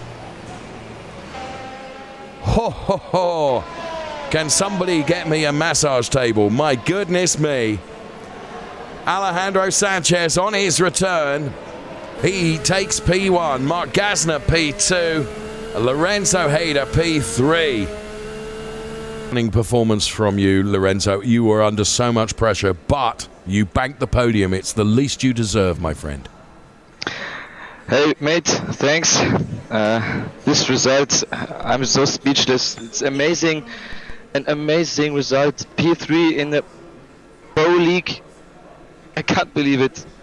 The fight with Sanchez was very nice and fair, and the fight with Smiddle on the last corners. Wow, these guys very professional and very fair. Nice racing. Really nice racing. I agree with you, Lorenzo, and I want to reinforce the fact that you've stepped up from the Challenger League to race in the Racer League this weekend. By token, not only did you put the car on pole position, you're banking a podium as well. And I have to say, I was really, really impressed with your racecraft, not only for your ability to race at pace, but also for your ability to defend, but to defend very fairly. Thanks. What a race. Well done, Lorenzo Hayder. We'll be seeing you on the podium. Mark Gassner, P2. He's in Munich. Many, many congratulations to you, Mark. I mean, Sanchez, the pace he had was extraordinary, but you have banked P2. Well done. Yeah, thank you. I was really trying to be cautious this event. I had some bad luck in the previous round, so I thought just scoring points this round would be good. So starting P4 was a good position. Then I was in P2, stuck behind a slower guy, and when I saw Sanchez behind me, he was much faster. I let him through and hoping that he would maybe create a gap when trying to pass for P1, and it's pretty much exactly what happened. And yeah, afterwards I was just really driving very, very carefully, not pushing very hard. So probably like half a second off my potential pace, but there was no point chasing Sanchez. That's really interesting to listen to you, Mark, because you are using your head, aren't you? You're driving with your brain, because as you say, there was no point throwing everything at it. You'd got a comfortable margin ahead of those that were chasing you. So that was really, really good and clever driving, Mark. Yeah, thank you. I mean, especially this track, it's so easy when you're pushing to make a mistake, put a wheel on the grass or something. So I saw Sanchez doing it once, almost throwing it away. So no point risking anything in P2. Well, many congratulations. We look forward to seeing you on the second step of the podium. Many congratulations to Mark Gassner in Munich then. He takes P2, and a very, very good job he did as well, really driving with his head. Well done, Mark Gassner. Thank you. So we've heard from our P3, we've heard from our P2. Of course, inevitably we'll be hearing from Alejandro Sanchez in due course as well, as we look at race control there and any instance being looked at. And as I say, I don't think there were that many that will concern them too much. But here then, he returns like the veritable phoenix, on fire today. No question about that. Alejandro Sanchez, good afternoon to you. Alejandro, of course, racing in the simulator in Madrid. We saw today why you are a championship driver, Alejandro. The pace you had was extraordinary. Well done. Yeah, thank you very much. Had a lot of fun. I didn't think that overtakes will be possible, but you just had to force the guy in front to make a mistake, and that's what we did. So I'm really happy with today. There were a couple of times, if I may say, Alejandro, where I thought you were absolutely on the edge. I mean, at a track like Brands Hatch, you really do have to push the envelope, and it's a thin line between making the move stick and for it all going horribly wrong, isn't it? Yeah, it is. If you're on the outside, you need to have a lot of faith on the guy on the inside, and basically you just have to send it really hard and make it stick in order for you to complete the move. But yeah, it's not really like a track. I would say that it's normally used with F1 cars, but I've raced here with other types of car in the past, and it was really hard to overtake as well. It's really narrow. Well, it was a fantastic victory. Alejandro, from my side, it was wonderful to see you back out on track again, because you are a star performer. Many congratulations to you for the win. Thank you very much. It's a pleasure for me as well to be back finally, and I'll see you in the next one, hopefully in the same spot. Well, yes. And let's take a look here at Lorenzo Hayder right at the start of the race, and more importantly, the Roger Marte, as he anticipated the lights and really rather anticipated them too well. Such a shame for Roger Marte. Now, this was Besnik Mertetzi, and this in the opening laps as well. And as you can see, just 3, 4, 5, 6 cars getting involved in that. Let's see it from an on-board perspective. Well, you can see there, just catching the rear wheel of the car sends the car in front into a spin. And then, of course, you've got all the traffic coming at you as well. The podium is confirmed. Alejandro Sanchez, P1. Mark Gassner, P2. Lorenzo Hayder, P3. Brilliant racing to all our drivers, not only the top 3, but to all our drivers, really bringing us first-class race entertainment. And Lorenzo Hayder sprints to the P3 spot in our lounge. And there is presented with his trophy. Many congratulations to Lorenzo Hayder. Yes, he always celebrates and celebrates really well.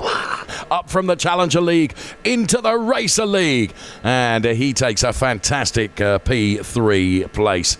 Well done to Lorenzo Hayder. Mark Gassner receives his trophy. And the applause as well. And well done. And well done to all our staff at all our racing lounges as well, who are just as enthused as we are. And right now in Madrid, Alejandro Sanchez stands by to receive yet another race winner's trophy. I have to say, I love talking to Alejandro because he was so humble and says, you know, he did everything he could and he was really glad to be back. So confirmed results of Challenge 5 from Brands Hatch. Alejandro Sanchez, despite picking up a penalty, takes the win ahead of Mark Gassner and Lorenzo Hayder. They are P2 and P3. Mikel Smeedel, unusually, not on the podium, P4. And Fabio Vettica and Sebastian Hirsch round out the top 10. Ahead of Lars Baumeiler. Roger Marte, who of course jumped the start and picks up P12. Then Kevin Abey, P17. Javier Loro, P20 with another penalty. And David Ladamada and Besnik Mertetzi rounding out the 22 drivers from our race at Brands Hatch. Hi, my name is Ralph Möller. I'm the Chief Fitness Officer of Racing Unleashed. For esports, sim racing, physical and mental fitness is important. 30 to 60 minutes of exercises per day are important for your success. Use your bike instead of your car, or just take a walk. There are no excuses. Running, cycling, swimming, or gym. Just keep it going. So get fit and fast with a Gladiator. Racing Unleashed. See you soon. Welcome back to Racing Unleashed, here then for the second part of the programme. I'm Matthew Duffin, your host, and we'll be bringing you the race shortly. Let's take a look though at what happened in yesterday's Challenger League race. It's a long hold. It's green and go for race 7 here at Spa, and a great start from the front runners. Everybody in the midfield equally sort of packed out and bunched up, making sure they all get into turn 1 as safe and out of it as possible. Down the straight towards El Rouge we go, and this is a crucial corner. Cars just bouncing off the wall up El Rouge as they come through. That was a car sideways at the top of Radion, and who is that dropping down the order? That is Tobias Meyer on his debut, down to the back of the pack. Nico Forlan though out front has taken the lead of this race, and Zarzo's got himself up to P14. Pinto and Matias De La Rocha having a great battle, as well as Sylvain Proust here trying to make up some ground as that is a car off, and there's another one just gone off out the right hander, bouncing off the wall. It's Caponio and Klaus up front, who are side by side coming up to the bottom of El Rouge, and I tell you what, one of these guys have got to back out. Hayder just to lift off the throttle there to make sure he doesn't get caught up in these two squabbling. How they got up El Rouge, and look at Joshua Hayder, the momentum he got through El Rouge, and he's trying to create a gap. He now makes it 3 wide coming down the Kemmel straight towards Lecombe, and here comes Joshua Hayder, might just get the 1 place of Tyler Klaus, and he does so, and that was a great move. He's been tapped around and manages to hang on to it though. Who's got through? Believe Klaus, Herzog and Mikael Fry have all got past Joshua Hayder there. This is Ruiz Oscar, your pole sitter. Look at the difference in speed, the drag that he got, the slipstream that he got down the Kemmel straight, and Georgiev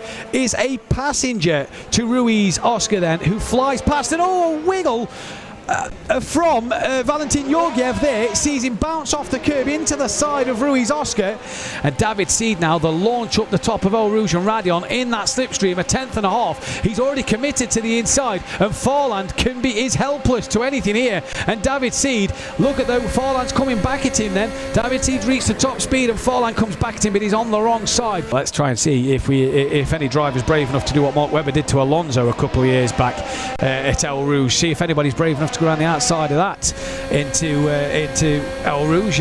Fabian Mayer wasn't, but he'll just get that run, and look at that. I tell you what though, by the time his car reaches the top speed, Royster's going to be coming back at him at Les Combes, and he's the wrong side of him. You need to be doing what David Seed did, and that's getting to the right hand side of the car after Radion, because look, Royster there just taps the back of Mayer and round he goes. Here he is with his entourage in the background. Valverde going around the outside at the little left-hand bend and up the inside into the bus stop chicane.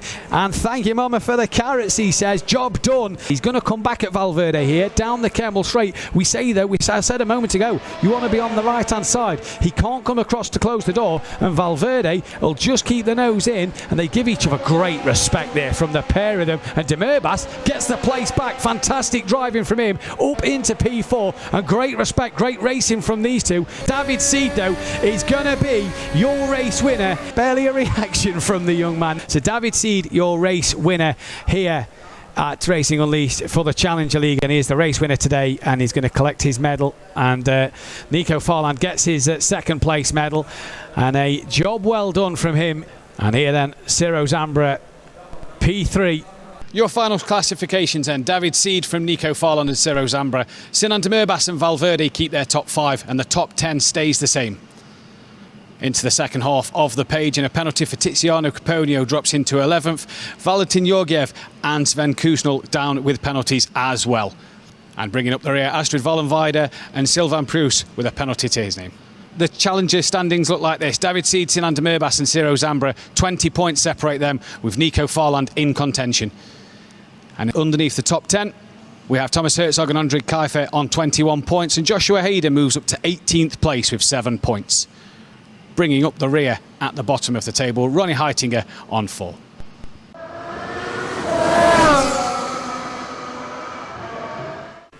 And that is what happened yesterday then in the Challenger League, and what great action it was, and I'm sure we're going to be in for much more of that this afternoon. We're going to bring you though now the classified grid for what will be the starting order for the race this afternoon. Alejandro Sanchez, penalty picked up for him, meaning that he has dropped down to P4, you see there, giving Yannick Vonenberg the P1, and we'll be speaking with him a little later on. Roger Martland will be P2, Ivan Koofman on the second row of the grid in third place. Alejandro Sanchez, penalty from race control, down to 4th. Javier Loro in P5. P6 is Kevin Abbey. Devin Iskro from Mikkel Schmiedel in 8th. Lars Bullman 9th, and Fabio Vertinger P10. 11th place then goes the way of Mark Gasner with Angelo Mikel in P12. P13 is Christoph Holstein. Wojciech Plezny in 14th place, with Florian Haas in 15th. David Ladamada down in 16th place. Loris Mistretta in 17th. Jean Tufen 18th. 19th place, Enrique Marinon. And let's go racing. This is Racing Unleashed Beyond the Pinnacle. Hold on to your hats. We are on the grid. Who is going to be king of the late breakers? Excellent onboard shot. Michael Spiegel is throwing absolutely everything at this, including the kitchen sink.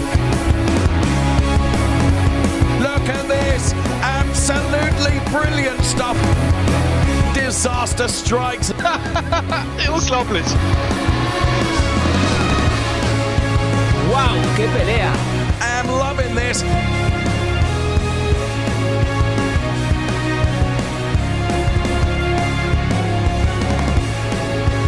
Take your hat off and give him a bow.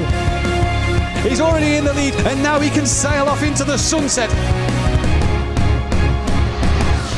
This is Racing Unleashed. Hello everyone. Really sorry I can't be with you this weekend because still traveling from the USA back to Europe. However, whether you are a Racer League driver or a Challenger League driver, I just wanted to check in and wish you the best of luck for racing this weekend. And my buddy Matthew Duffin, he's going to be calling all the action. Be good.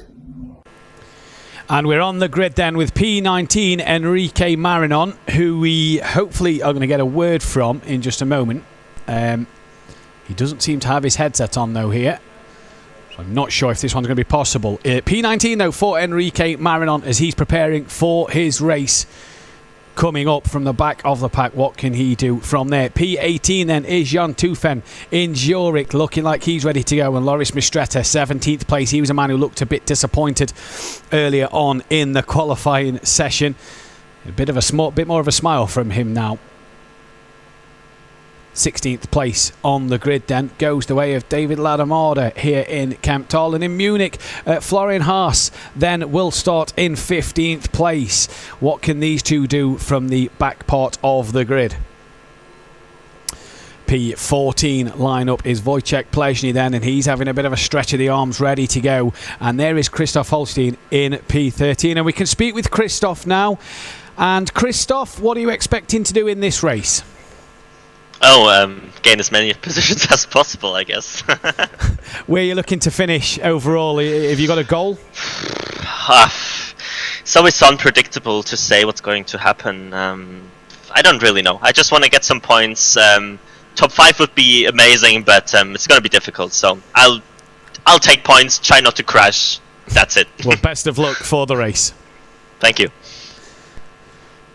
Lining up in position number 12 then is Angelo Michel in Munich, and Mark Gasner then as well, his Munich compatriot alongside him. As a wave there from Angelo Michel and a smile from him as well. They're getting ready. Top 10 though, Fabio Vertiger in Zurich, he's ready to go, and Lars Bulmer in 9th place as well. What happened to his pace in the knockout qualifying? Can he keep it going? And there's the man sorting his gloves out. P8 on the grid at the moment, and we can get a word with Schmiedl now. How's the nerves? Are you looking forward to this race? Well, to be honest, there is no pressure on my side because I am not the one who needs to catch up in the championship. So it is like one of those first of 4 match balls for me in the championship. So yeah, I'm just going to enjoy the race and see how it goes. It doesn't really matter for me if I secure the championship today or in the next race. Well, best of luck. Thank you very much. And we've got Devin Eastgrow lining up alongside him in P7. The top 6 then looks a little bit like this. Kevin Abbey in Zurich, he will line up in P6, and Javier Loro, the 2 red cockpits alongside each other. Madrid for Loro in P5. P4 is Alejandro Sanchez, was our pole sitter. He's down to P4, and Alejandro, we spoke earlier, pole position it was, but a penalty's put you back onto the second row. Yeah, I didn't like pole position that much. So yeah, we'll try to do our best and stay out of trouble and try to move forward. Well, best of luck in the race. Thank you. Ivan Kaufman in P3 ready to go as well. And the front row looks a little like this. Roger Mort, eyes closed, not asleep. He's focusing on what he's got to do. And Yannick Vonenberg as well, fully focused on this race. Your new pole sitter then.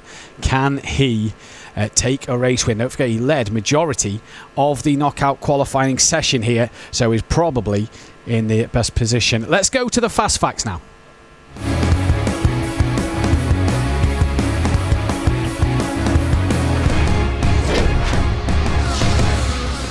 And the fast facts here for Spa then in the Ardennes Forest, the Ardennes roller coaster at what is Spa-Francorchamps then. 7 kilometres in length, the longest circuit on the calendar. 10 left-handers and 9 to the right. 250 metres for Yannick Vonenberg to start to get to turn 1. 100 metres in difference in the altitude, and El Rouge, the most famous corner in the whole world of motorsport. We come from the start line into 2021. We'll get to the corners in a moment. Javier Loro was the man who took the win, but there is this is the Racer League. Schmiedl on the right-hand side of your screen, and Dedit Schmiedl coming through them final corners, and he does what he does best, doesn't he? Came through to take the win. Fast Facts then down to La Source. You go into turn 1, a heavy braking zone. A few people send it up the inside. You've got to be careful and make sure not to make any contact. Up El Rouge you go then, the most famous corner. How brave are you up here? How good a run can you get at the top of Radion to head down the Kemmel Straight and into Les Combes? Get on that right-hand side and make sure you can get the move done. Or are you brave enough to stick it around the outside without making contact? That is what these drivers face. Into the chicane we go now. And an all-important braking zone. Make some moves there, but make sure that exit is crucial as you head to turn 1. And Nico Rosberg back in his William days doing a blindfold track draw to see how good of Spa he remembers. There was a corner coming up there, Nico. As he come, there we go. We found a few more corners. He's going to come back on himself. There's a bend coming up. There's the bend. Join it together. Yeah. No. We'll just cross it over and finish. You can't complete a lap at Nico Rosberg's version of Spa. So that was your Fast Facts then here at Racing Unleashed, where we go beyond the pinnacle in 2022. The drivers are in their brilliant cockpits ready to get this race underway. We are waiting now for the red lights, and it will be go momentarily here then in Belgium. Every driver focused, fully awaiting the lights to come on. What thoughts though? What must be going through Alejandro Sanchez's head? A penalty demoting him to P4. He's now closer to Schmiedl. Schmiedl, very calm and confident, he said. He's not the one that's got to do the hard work. The lights though are coming on now. The revs start to rise. The red lights are on. They're being held a little bit. It's green and go then in the Racer League, and it's a great start from Alejandro Sanchez on the second row of the grid, who's already looking to make some moves into the source. Around the outside he goes, 3 wide into there, and everybody through relatively cleanly. We've got a spinner in the background. Alejandro Sanchez now up to El Rouge. To the outside he goes, and he's going to look to try and attack. Roger Mort up into El Rouge, backs out of that one very sensibly, and now can try and slingshot his way through before Kevin Abbey can try and get past him. To the outside of Mort he goes, as Kaufman is attacking Vonenberg up front. And look at this, a tap on the side of Sancho's car there, and now a tap on the back of Mort from Kevin Abbey, and there's a big incident then coming down the Kemmel Straight. Alejandro Sanchez manages to come away for P3, but look who's behind him. It's his title rival Michael Schmiedl. He's now attacking him once again, and this is an all too familiar sight for Sanchez. Schmiedl coming through the pack, and he's already nearly on the podium. 4 places he's gained already at the start. Gazner down to last place with Wojciech Polezny in 18th place then, and there is Schmiedl already. Probably can't believe his luck after El Rouge and Radion.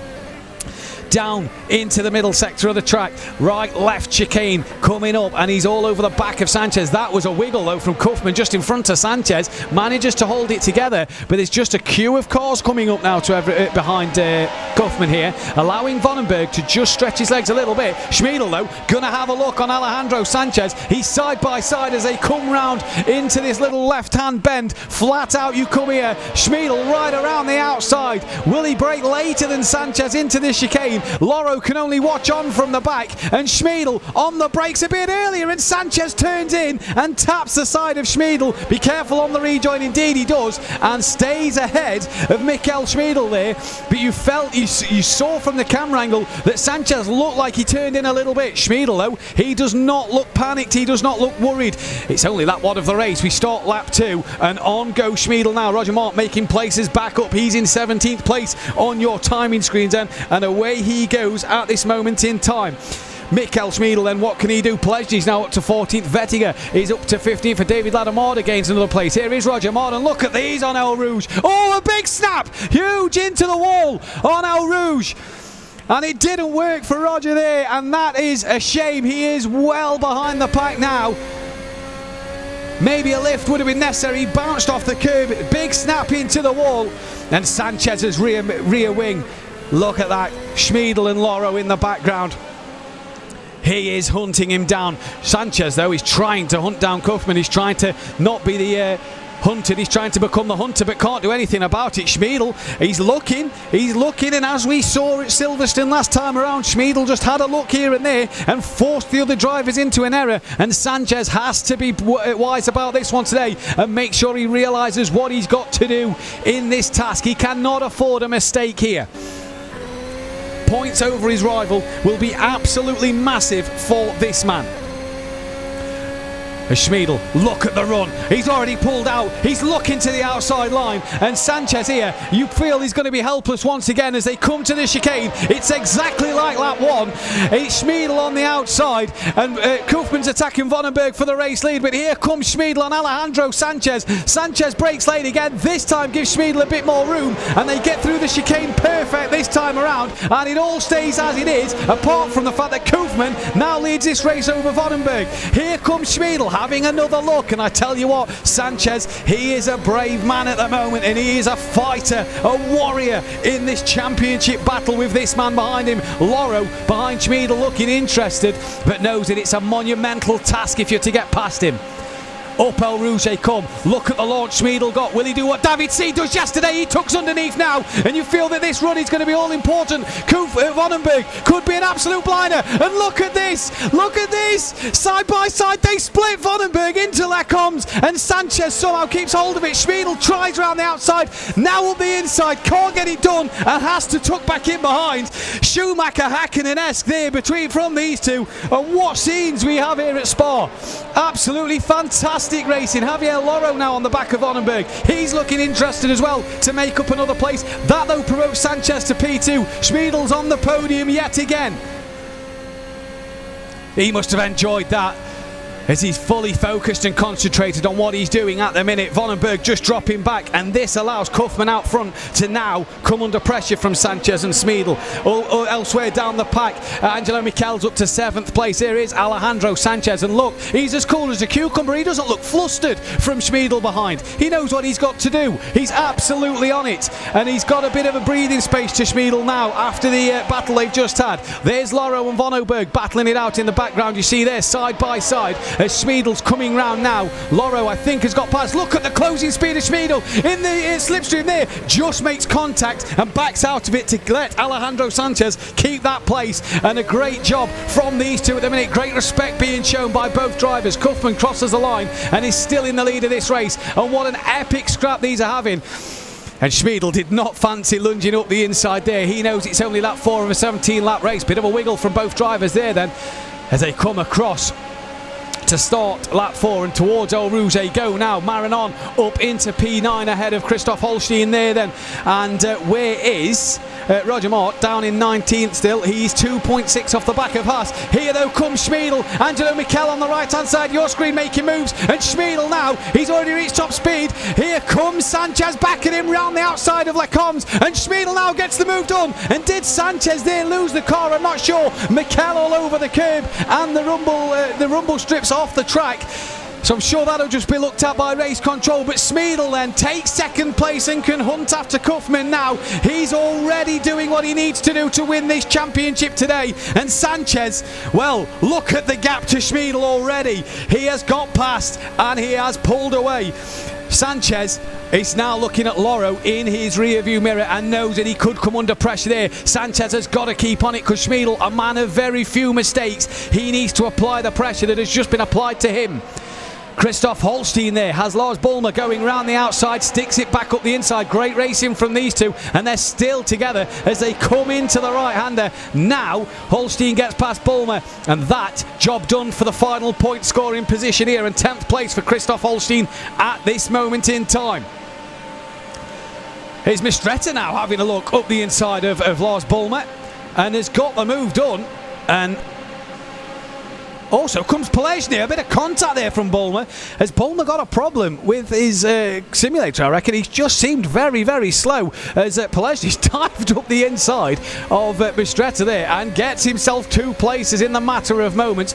And Pelesny, as he just checks his mirror, he's now sitting comfortably in the points. Couple of cars just in front for him to catch as well as they're all trying to break the toe. Vandenberg has now got himself a battle with Angelo Mikel. Mikel's got past him, so what is... no, it's Sanchez who was keeping an eye on Mikel then, fighting with Vonenberg to make his way up the order. Loro still on the back of Sanchez. Here is Pellegrini with Christoph Holstein and Enrique Marinon, and here comes Mistretta back at him. The slipstream though, and Pellegrini just squeezing him, and Mistretta saying, oh, yeah, out of the way. Into Lecombs. Pellegrini keeps hold of that place up the inside. Mistretta wisely backs out of that one and gives him the room that he needs here then. And there is Loris Mistretta, fully wanting to get back in this point scoring position. He's close to the points as well, only a second and a half away from the point scoring position. Devin Eastro then on the back of Kevin Abbey, and that was Vonenberg then, who just seems to be starting to struggle all over the curb. A little wiggle on it, and Kevin Abbey then starting to put the pressure on. Talking of pressure, has Kaufman's nerves then, because this man is charging at the moment and he's right on the back of Kaufman. Sanchez sticking with him though, he's within a second, but you get the feeling that if Schmiedl gets past Ivan Kaufman here, it'll be game over. Pulls out now, he's going to go around the outside, flat out, not a lift there from Schmiedl at all, fully committed to this. How late does he brake? Kaufman tries to outbrake him. Oh, Schmiedl! Bit of a rare mistake there. Touches the sausage curb. Manages, though, to hang on to it and get the move done. Just a bit of a glance on the rear wheel. Loses the back end. Hangs on to it. Job done. And for Ivan Kaufman now, he's always gone very deep at the source. And does that make Alejandro Sanchez a little interested? I think he's a bit too far back. And now, Schmiedl's been led off the hook. There is Sanchez starting to gap Javier Loro and get on the back of Ivan Kaufman. Needs to keep that pressure on Mikel Schmiedl. He's pulled out to that left-hand side now. Here he comes. He's used that bit of a launch with the slipstream, but Kaufman should come back at him in top speed by the end of the Kemmel straight. Down they come into the chicane now. Sanchez, job done, and he's now on the back of his championship rival once again. Marinon's moved himself up ahead of David Iskro into 7th place. Roger Moore still some 4.9 seconds off the back of Florian Haas. Holstein's up to 7th. There's also a few other drivers making places. Yannick Vonenberg's up to 9th. Pellegrini's up to 10th. And Mistretta in 11th. Pellegrini's now just got past Vonenberg on the timing screens as well as Alejandro Sanchez now 5/10 of a second behind his championship rival, and has to apply the pressure that Schmiedl applied to him in this race. We're nearly approaching the halfway mark of this race as well, and Schmiedl, does he have more left in the tank to go the full distance and to make sure he can pull away from Sanchez? Right hand side of your screen you see Wojciech Pellegrini putting pressure on Devin Iskro now to make a move. Left hand side is the two leaders still battling it out, and here is Pellegrini now trying to get closer, and he's got the whole straight here to try and use that slipstream, that draft, slingshot himself past by the time he gets to the chicane, but he's just getting closer ever so little. It's not enough at the moment for Pellegrini. By the time they hit the brakes then, as Marinon's got past Vonenberg just tumbling down the order. Schmiedl pumps in the fastest lap of a 47.410, so an absolutely blistering lap from him there. And Pellegrini still cannot do anything about Devin Iskro at this moment in time. Back on board Alejandro Sanchez then. Up over El Rouge they come. He'll start to feel a bit of benefits from that slipstream now. The hole being punched in the air by Mikel Schmiedl's car, as this is Christoph Holstein getting himself past Kevin Abbey then. And into P6 he goes. He's got some 4.5 seconds before he can catch Holstein. There is Kevin on the back, trying to get that move back done over Holstein then. Bit of a queue there. Look, you see that is Iskro and Pellegrini in the background. Mistretta not far off the back of Pellegrini though, as he's outbraked himself. You saw there in the background did Wojciech Pellegrini, just went a little deep. Sanchez still within half a second of Schmiedl in what has been a dominant season from your current race leader. Mistretta and Marinon have both got past Pellegrini, so has he made a mistake somewhere then? Because he's now down into P11, back into P10 it says though, so he's obviously made another place back up there then. So great battles going on up and down the pack here in the Ardennes Forest. As here is Mark Gasner down in 16th place. He's on the back of Fabio Vettiger. And he's got Jan Teufen on the back of him as well, with Florian Haas, who's right. In fact, he's not. He's past Teufen now. Mistretta gets past Kevin Abbey. So place is changing. Schmiedel once again fastest lap of the race. Sanchez though sticking to him, still down at half a second. It's just dropped under half a second now. So Alejandro Sanchez then, he's coming back at Michael Schmiedel now as we enter pretty much halfway in this race.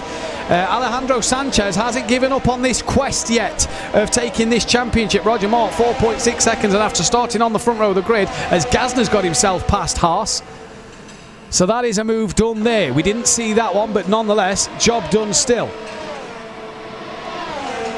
For Roger Mart, what could have been for him today. Look at this battle though. Gazner, Vettinger and Haas. Side by side is Gazner and Vettinger. Into Les Combes they go. And Haas thinks, I'll try around the outside. That's not going to work, says Vettinger. Back comes the door shut. And down the hill once again. There you go on the 8th lap. Alejandro Sanchez's gap has just increased a little bit, as Loro is no longer on the back of the race leaders. He's some 3 seconds. Wow, that's a lot of curb from Fabio Vettinger there, and that could really hurt him in terms of Haas getting on the back, but he's not close enough. Teufen though, oh, that's a line, that's very wide there, and unfortunate that. You will not want to gain time with track limits, that is for sure. Roger Mart 3.5 seconds, slowly making some inroads here. Wojciech Plezny then, nice and relaxed. He can see 2 cars in front of him. More places, more points. P9 at the moment is Wojciech Plezny. So he's just inside the points, but he'll want a few more nonetheless. And is he going to think of sending one? No. Cars in front though, both locking up, and that could compromise their run through the chicane. And Wojciech Plezny definitely found a little bit of time there coming through the chicane, and has definitely made a chance to have a look. He's pulled out now and shows his nose to David Iskro then,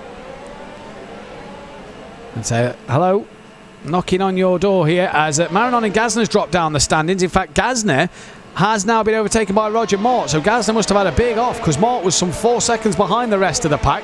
He's now only 2.9 off the back of Teufen then. So what has happened there? Marinon's back ahead of Vertiger, and this is Plezny trying to get past Devin Iskro, and I think he did do it there. There is Mark Gazner then.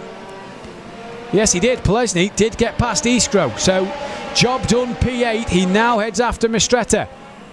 It's a big gap then to Holstein, so he'll want to get this done sooner rather than later to be able to try and chase down P6. But 8th place, more points in the bag for Wojciech Plezny at this moment in time. Here is Jan Teufen then, looking up the inside of the car in front, who is very wide in front of him.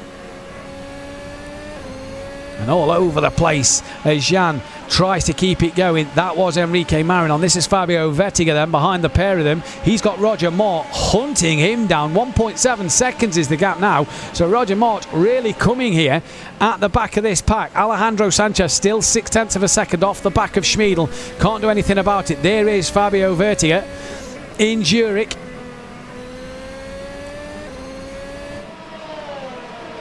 Back then to Devin Iskro, half a second off the back as the leaders cross the line. Sanchez 10th quicker on the last lap, and I tell you what, Javier Loro was quicker than the pair of them on the last lap. The top three all in the 47s, and then the time drops away until you get to Holstein, who is matching the pace of Schmiedel at this moment in time. So that could be good if he's to catch Mikel in front. Here is Alejandro Sanchez, who just found a couple of hundredths at the moment. Gap down to 0.6 of a second. He'll just get the benefits of a bit of slipstream now,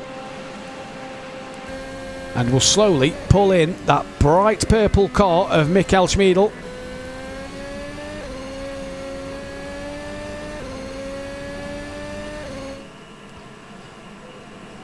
As the two leaders then have just absolutely left the rest of the pack in their dust here, and they are fully determined. Look at the concentration Sanchez's face. 110%, you can guarantee that he's giving it in that cockpit, and he knows that he'll want to be putting up as good a fight as he can. There's Lars Bulmer then down in 12th place. Has got Vonenberg just in front of him, and Bulmer in the knockout qualifying session, his pace just seemed to drop off at the end, and he's got Vonenberg now just in front of him, and Vonenberg led this race, let's not forget, early on, and has just dropped down the standings here at the moment. Just gone backwards so far for Lars. A sniff of a P11 maybe, an opportunity to get an extra place with David Ladamada and Florian Haas just behind the both of them. Angelo Mikel, P5, gaining on the back of Kaufman then.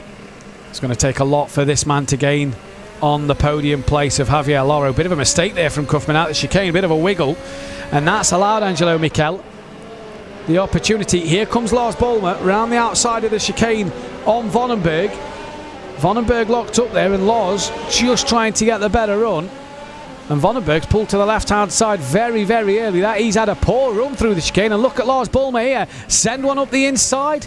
Not just, but forces Vonenberg to miss his apex there. And Lars Bollmer now really putting Vonenberg under some pressure. Let's stay with this. Let's see this up Eau Rouge. Let's listen. Does he have a lift?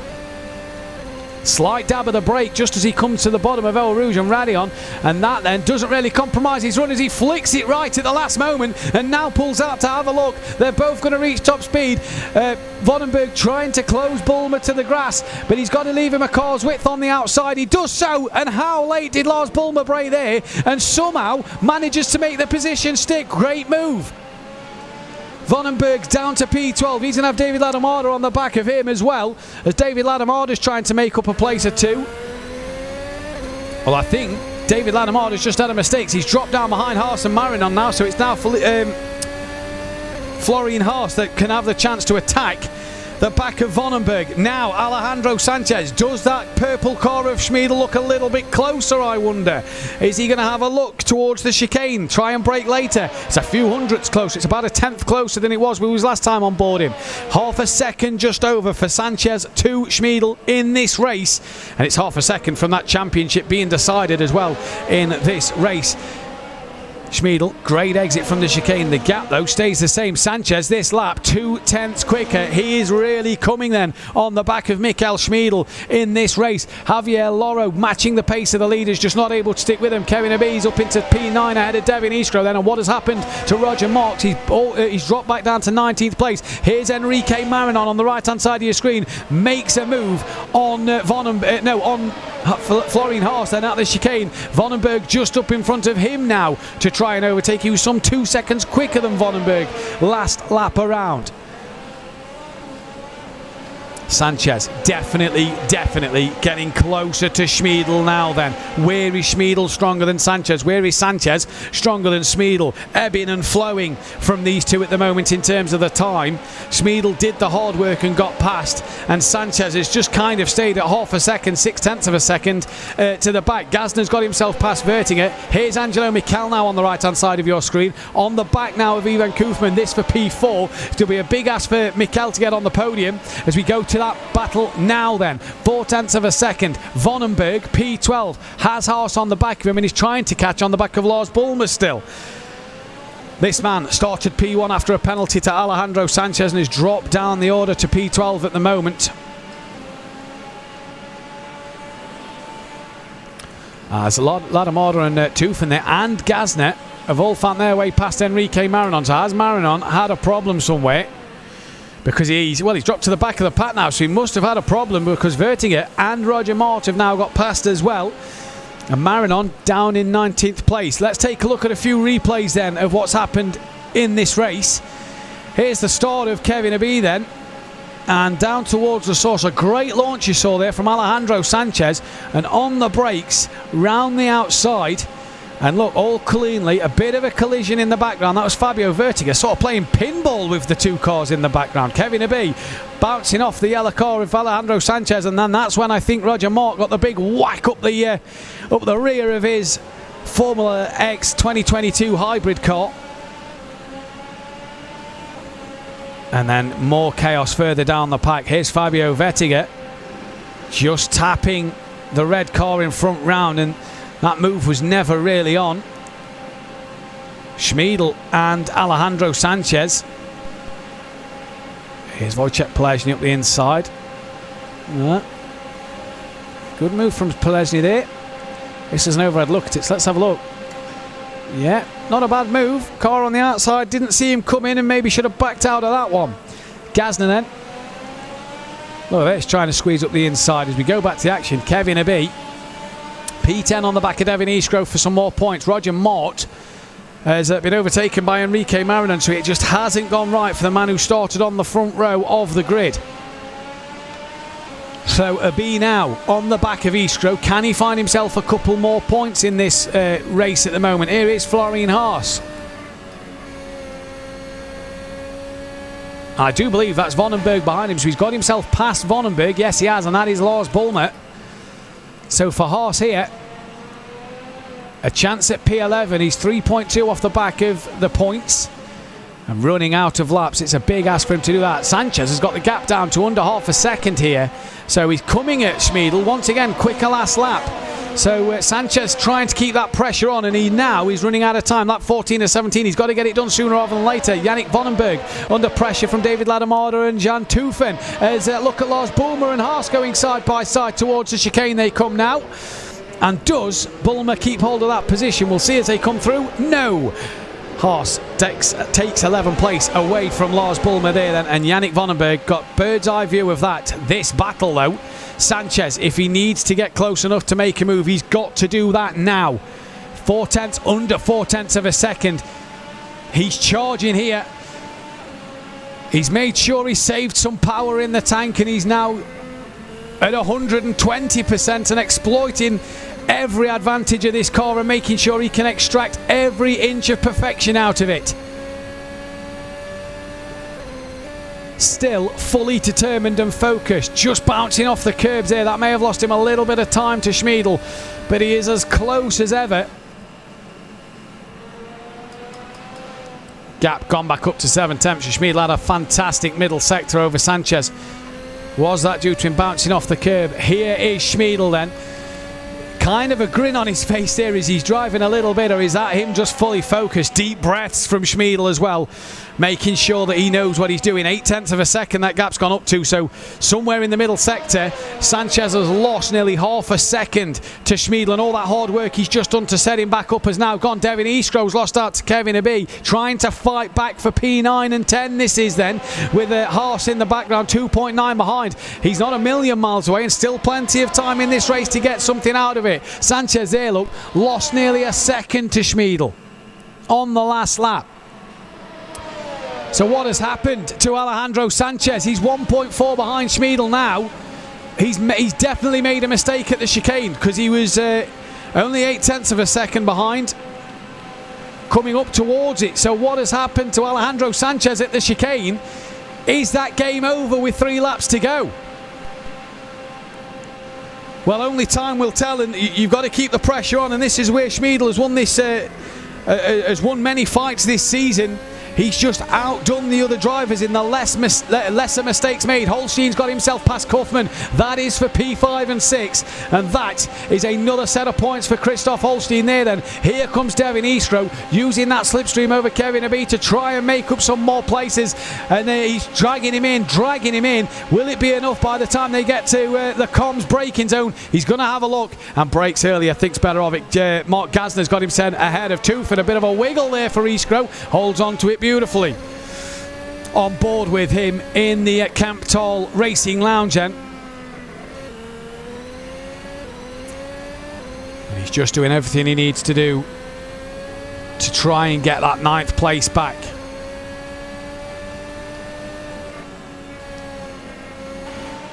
A little wide though there, David Lademada. Now he on the back of Yannick Vonenberg. And Yannick Vonenberg trying to come back at Lars Bulmer here then. So we'll have to see if they can make up any more places throughout this race. One of the closest battles on the grid here is David Lademada, here in Munich, in Kemptal as well. Bit of traffic in front, bit of traffic behind. He's kind of in the middle of a couple of cars here and could make a few places, could also lose a few places. Back to Devin Eastgrove. As lap 60 in the race leaders start, and Schmiedl's extended his gap 0.2 extra, so it's 1.6 the gap now. Devin Eastro just locking up into the chicane, manages to get it stopped and turn through. He was bang on. Oh, look at that, 2 thousandths of a second separated Kevin Abbey and Devin Eastro on the last lap. There is a lock up there from the red Formula Evo hybrid car into La Source, and making Devin Eastro just a bit closer and able to be in that slipstream a little bit more as they come up through Radion now. Look at the closing speed from behind. He goes to that outside line, and that isn't the line to be taken. He's going to get past here at the moment, but Kevin Abbey will come back at him by the end of the Kemmel straight. Eastro round the outside. Job done, easy as you like. Great manoeuvre then from Devin Eastro back into 9th place. David Latimarda's got himself past Lars Bulmer in the background as well. So that is another position for him gained. Kevin Abbey then down in 10th. Can he come back at Devin Eastro? 1.5 laps to do so.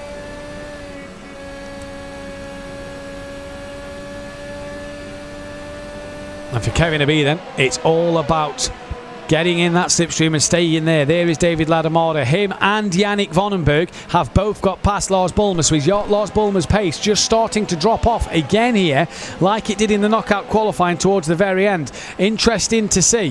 Teufen on the back of Lars Bulmer, and that then is something that he might want to do. But this man starts the final lap of this race. He's been caught by Sanchez a little bit, but the gap still 1.4. It's going to take something magical from Alejandro Sanchez to take this race win away from Schmiedl.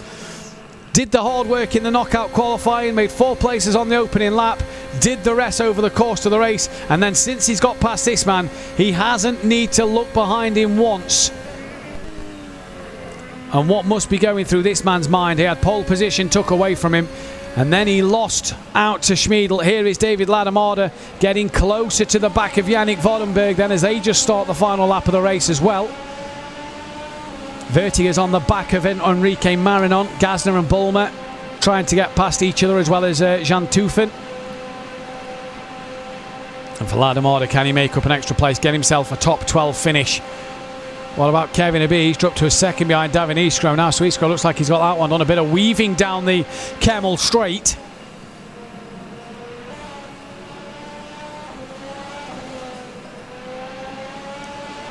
Through nicely. It's going to take a lot of work for Latimarda to get this one, but the final part of the lap, flat scat from Michael Schmiedl here, and you have to say it's been a champion's drive nonetheless. It's been absolutely fantastic all season from this man, and he's played it so clever. He knows when to attack and when to defend. He knows when to not make the moves. But Michael Schmiedl here, he's going to win at Spa, and he's going to win the Racer League Championship here at Racing Unleashed. Alejandro Sanchez across the line for a P2. Great fight from the pair of them. And you can see the joy on his face. Javier Loro P3, Angelo Miquel P4 from him, and Sanchez there, headset off. What could have been maybe Devin Eastro is good. Oh, gets it all sideways out the final chicane, but he's far enough ahead that he manages to hang on to that as Kevin Abbey holds off from Haas for the final point scoring position. Holstein crossed the line for 5th. There is Javier Loro, your 3rd place man. Obviously all results are provisional, and we will get a confirmation on the final result, but at the minute as it stands, Schmiedl is your champion. There is Mark Gasner, 15th place for him. Lars Bulmer 16th. I don't know if that's because he's pulled up. We will find out the classification at the end, but there is Schmiedl with behind Sanchez, and I think he just wants to, these two are still racing, I think. I don't know if he's trying to go alongside to say thank you or if they're still having a battle. The checkered flag has flown, boys. You can relax now, you can breathe now. But Michael Schmiedl, what an absolute demon drive that was. And he is your Racer League champion with 3 races still to come in the calendar. Circuit de Barcelona Catalunya next in September. And how do you feel for this man? Not really been in the championship fight, but he's had to, he was in a fight today He was in a fight today and he just couldn't deliver the final blows to Smeedle. It was Smeedle who got the knockout punch in the end for the championship. Javier Loro, he'll be a happy man. A P3 for him, a pretty quiet race for him. He got into P3 and didn't really have to do much more than that, to be fair. A very quiet race on his side of the cockpit. And there we see in Munich, again, lovely tributes in the background to Sebastian Hirsch, who I'm sure would have loved to have been out there today. And everybody preparing to just pull into the pit lane and for one more time get out their cockpits to take some refreshments and get some fluids on board. Probably none more than Mikel Schmiedl. You see at the bottom part of your screen there is Angelo Mikel. And there he is then. He's looking at it, he's parked himself right next to the podium. He must have knew it was going to happen today. He's parked himself right next to the podium. Out he gets with our Racing Unleashed colleagues. Slip the shoes on. Hey, racers with no shoes on. Right, there's the secret, ladies and gentlemen, boys and girls. You want to be a shoe champion? Do your fit and fast exercises and race in your socks. As he's taking a walk down the lounge, a high five with Angelo Mikel, a check on his phone, and probably stepping outside for a breath of fresh air. As I can see here in Kempthal, all our drivers are climbing out their cockpits. And I'm sure we'll reflect on what was an up and down race for a few drivers across all our racing lounges here. Kempthal, in Calm, Munich, Madrid. There we are in Kempthal. There's the 3 drivers here today.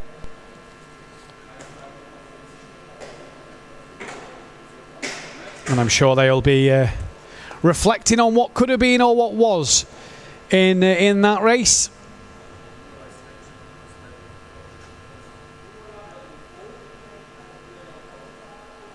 And a good conversation going on there, and I'm sure they'll have a debrief later with the Racing Unleashed people, and they'll make sure that anything needs looking at will be reported into Race Control, who are already as busy as bees down on the wall, making sure every decision is the correct decision. As Roger Mark then, couple of incidents, lost it at El Rouge himself. What could have been for him today. There back in Munich, you see everybody out the cockpits now, debriefs all around, chat with family and friends. There's Yannick Vonenberg and Angelo Mikel closest to the camera, having a chat.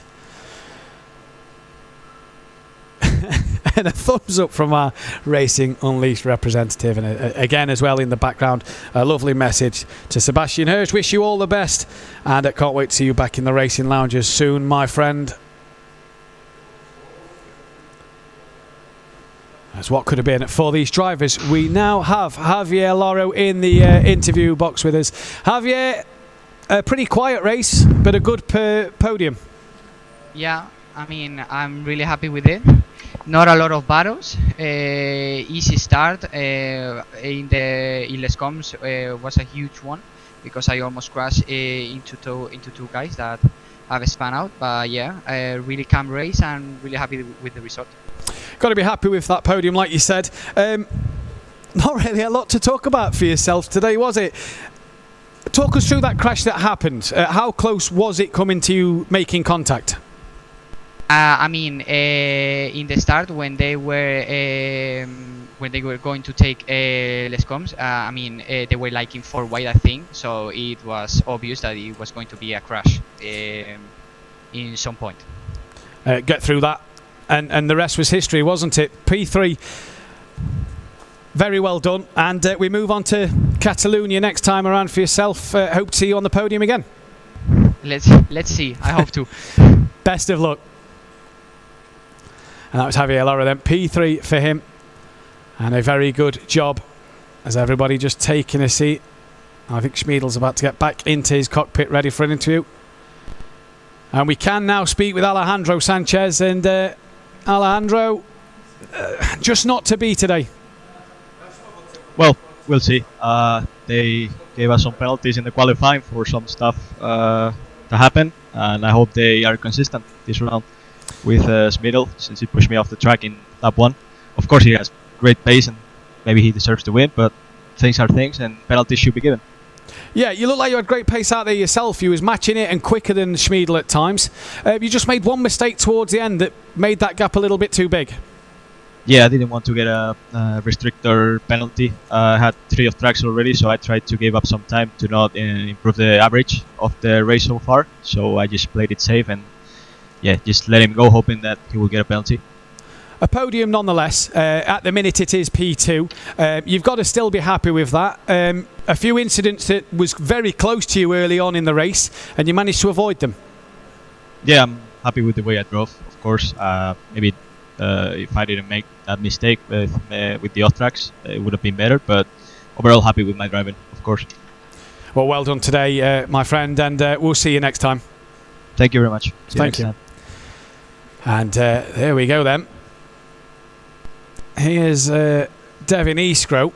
Oh, getting a bit the tail happy himself and just clipping the car next to him. Look, just on the curb, you see the back end sliding out, and as he goes to correct it, just taps the other car around.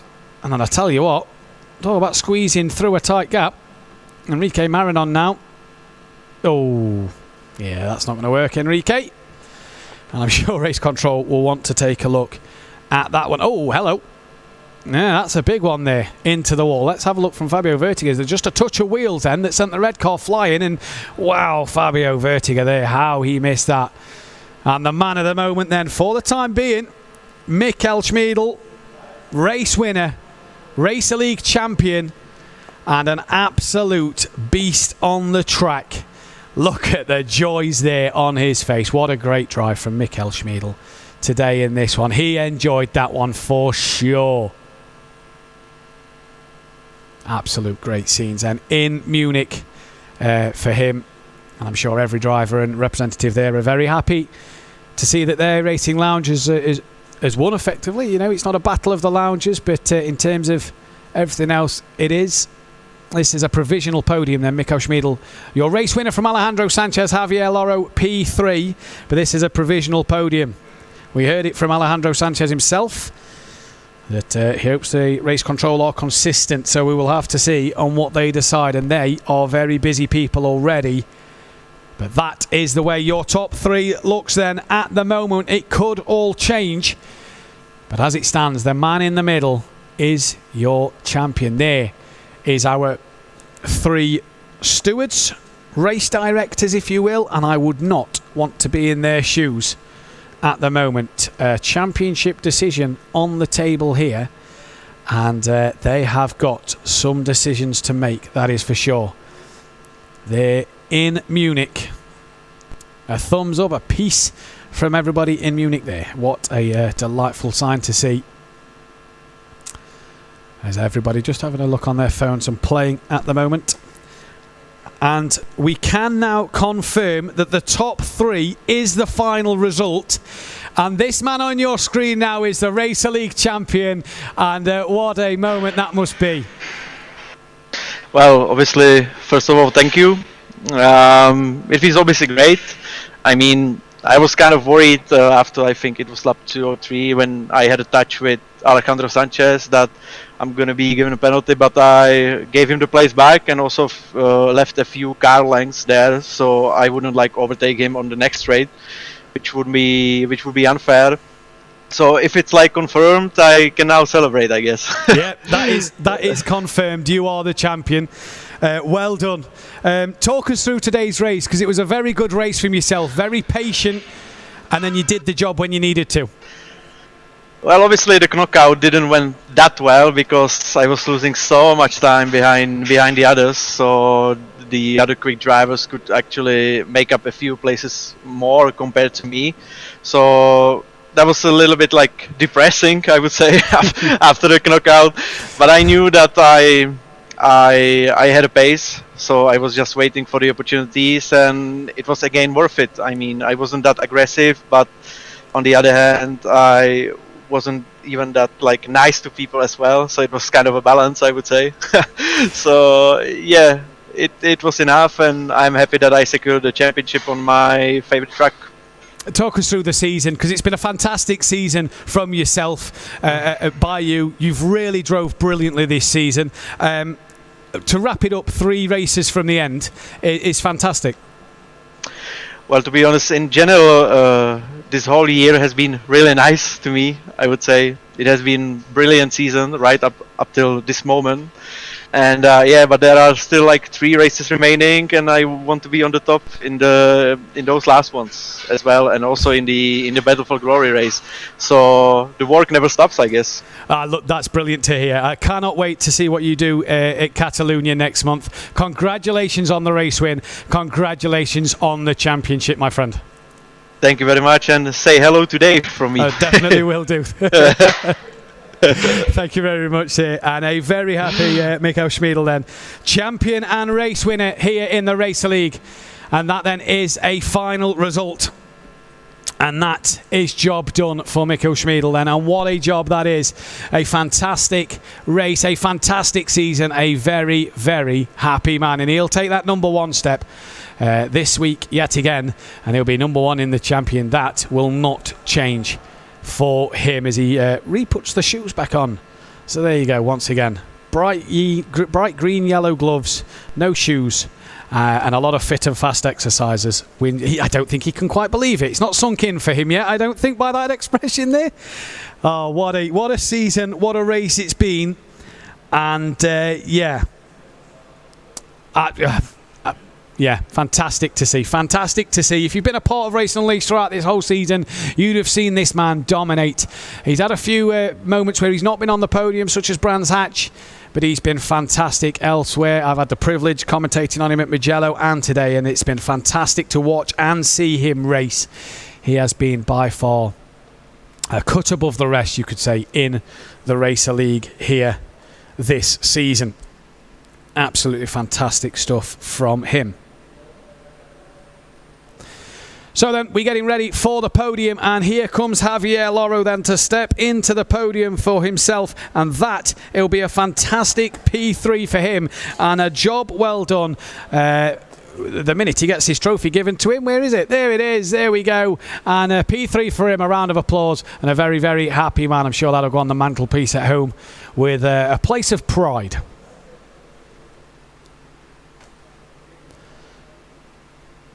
As we head to thank you there, Javier. As we head then and stay in Madrid for Alejandro Sanchez, and we heard in his interview he was hoping the race control was going to be consistent. I'm taking it he's not going to be very happy with the result, but either way, still can be happy with a P2 and his performance today, because he's had a very good performance in the knockout qualifying and in the race, and I'm sure, or I hope, we expect to see him on the podium in just a moment. Here he comes now. There he is, look. Discontent with second in the championship. Happy though with second place. A number 1 there. Oh, is that suggesting that he maybe should have won the race from him in his point of view? Either way, second place, he'll be happy with that. And again, a lovely podium setting there to Sebastian Hirsch as well, and a high five, a hug, and the trophy. And Schmiedl is number 1 in the Racer League Championship, not just for the race today, but for the championship as well. And that confirms the prize money of the 15,000 Swiss francs in his back pocket at the end of the season. And what a touching tribute that is as well to Sebastian in the background, and I'm sure he'd dedicate that win to him. And hopefully we have Sebastian back in our racing lounges soon. Speedy recovery, my friend. We hope to see you back on the track and in our racing lounges as soon as possible.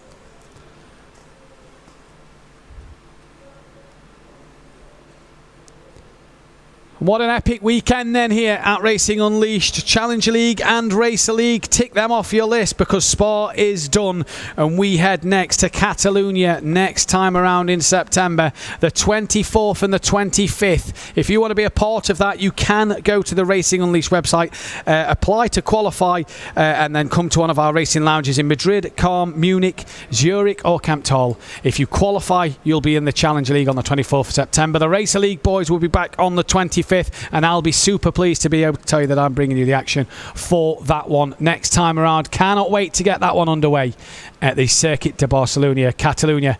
From all of us here, though, at Racing Unleashed, so until next time, goodbye. This is Racing Unleashed Beyond the Pinnacle. Hold on to your hats. We are on the grid.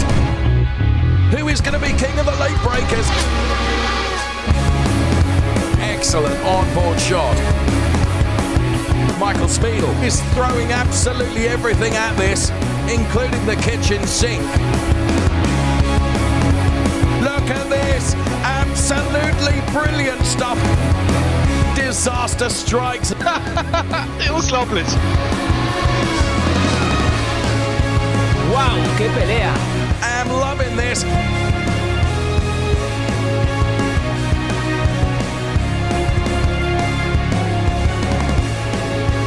Take your hat off and give him a bow.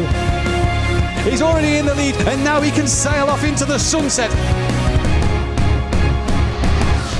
This is Racing Unleashed.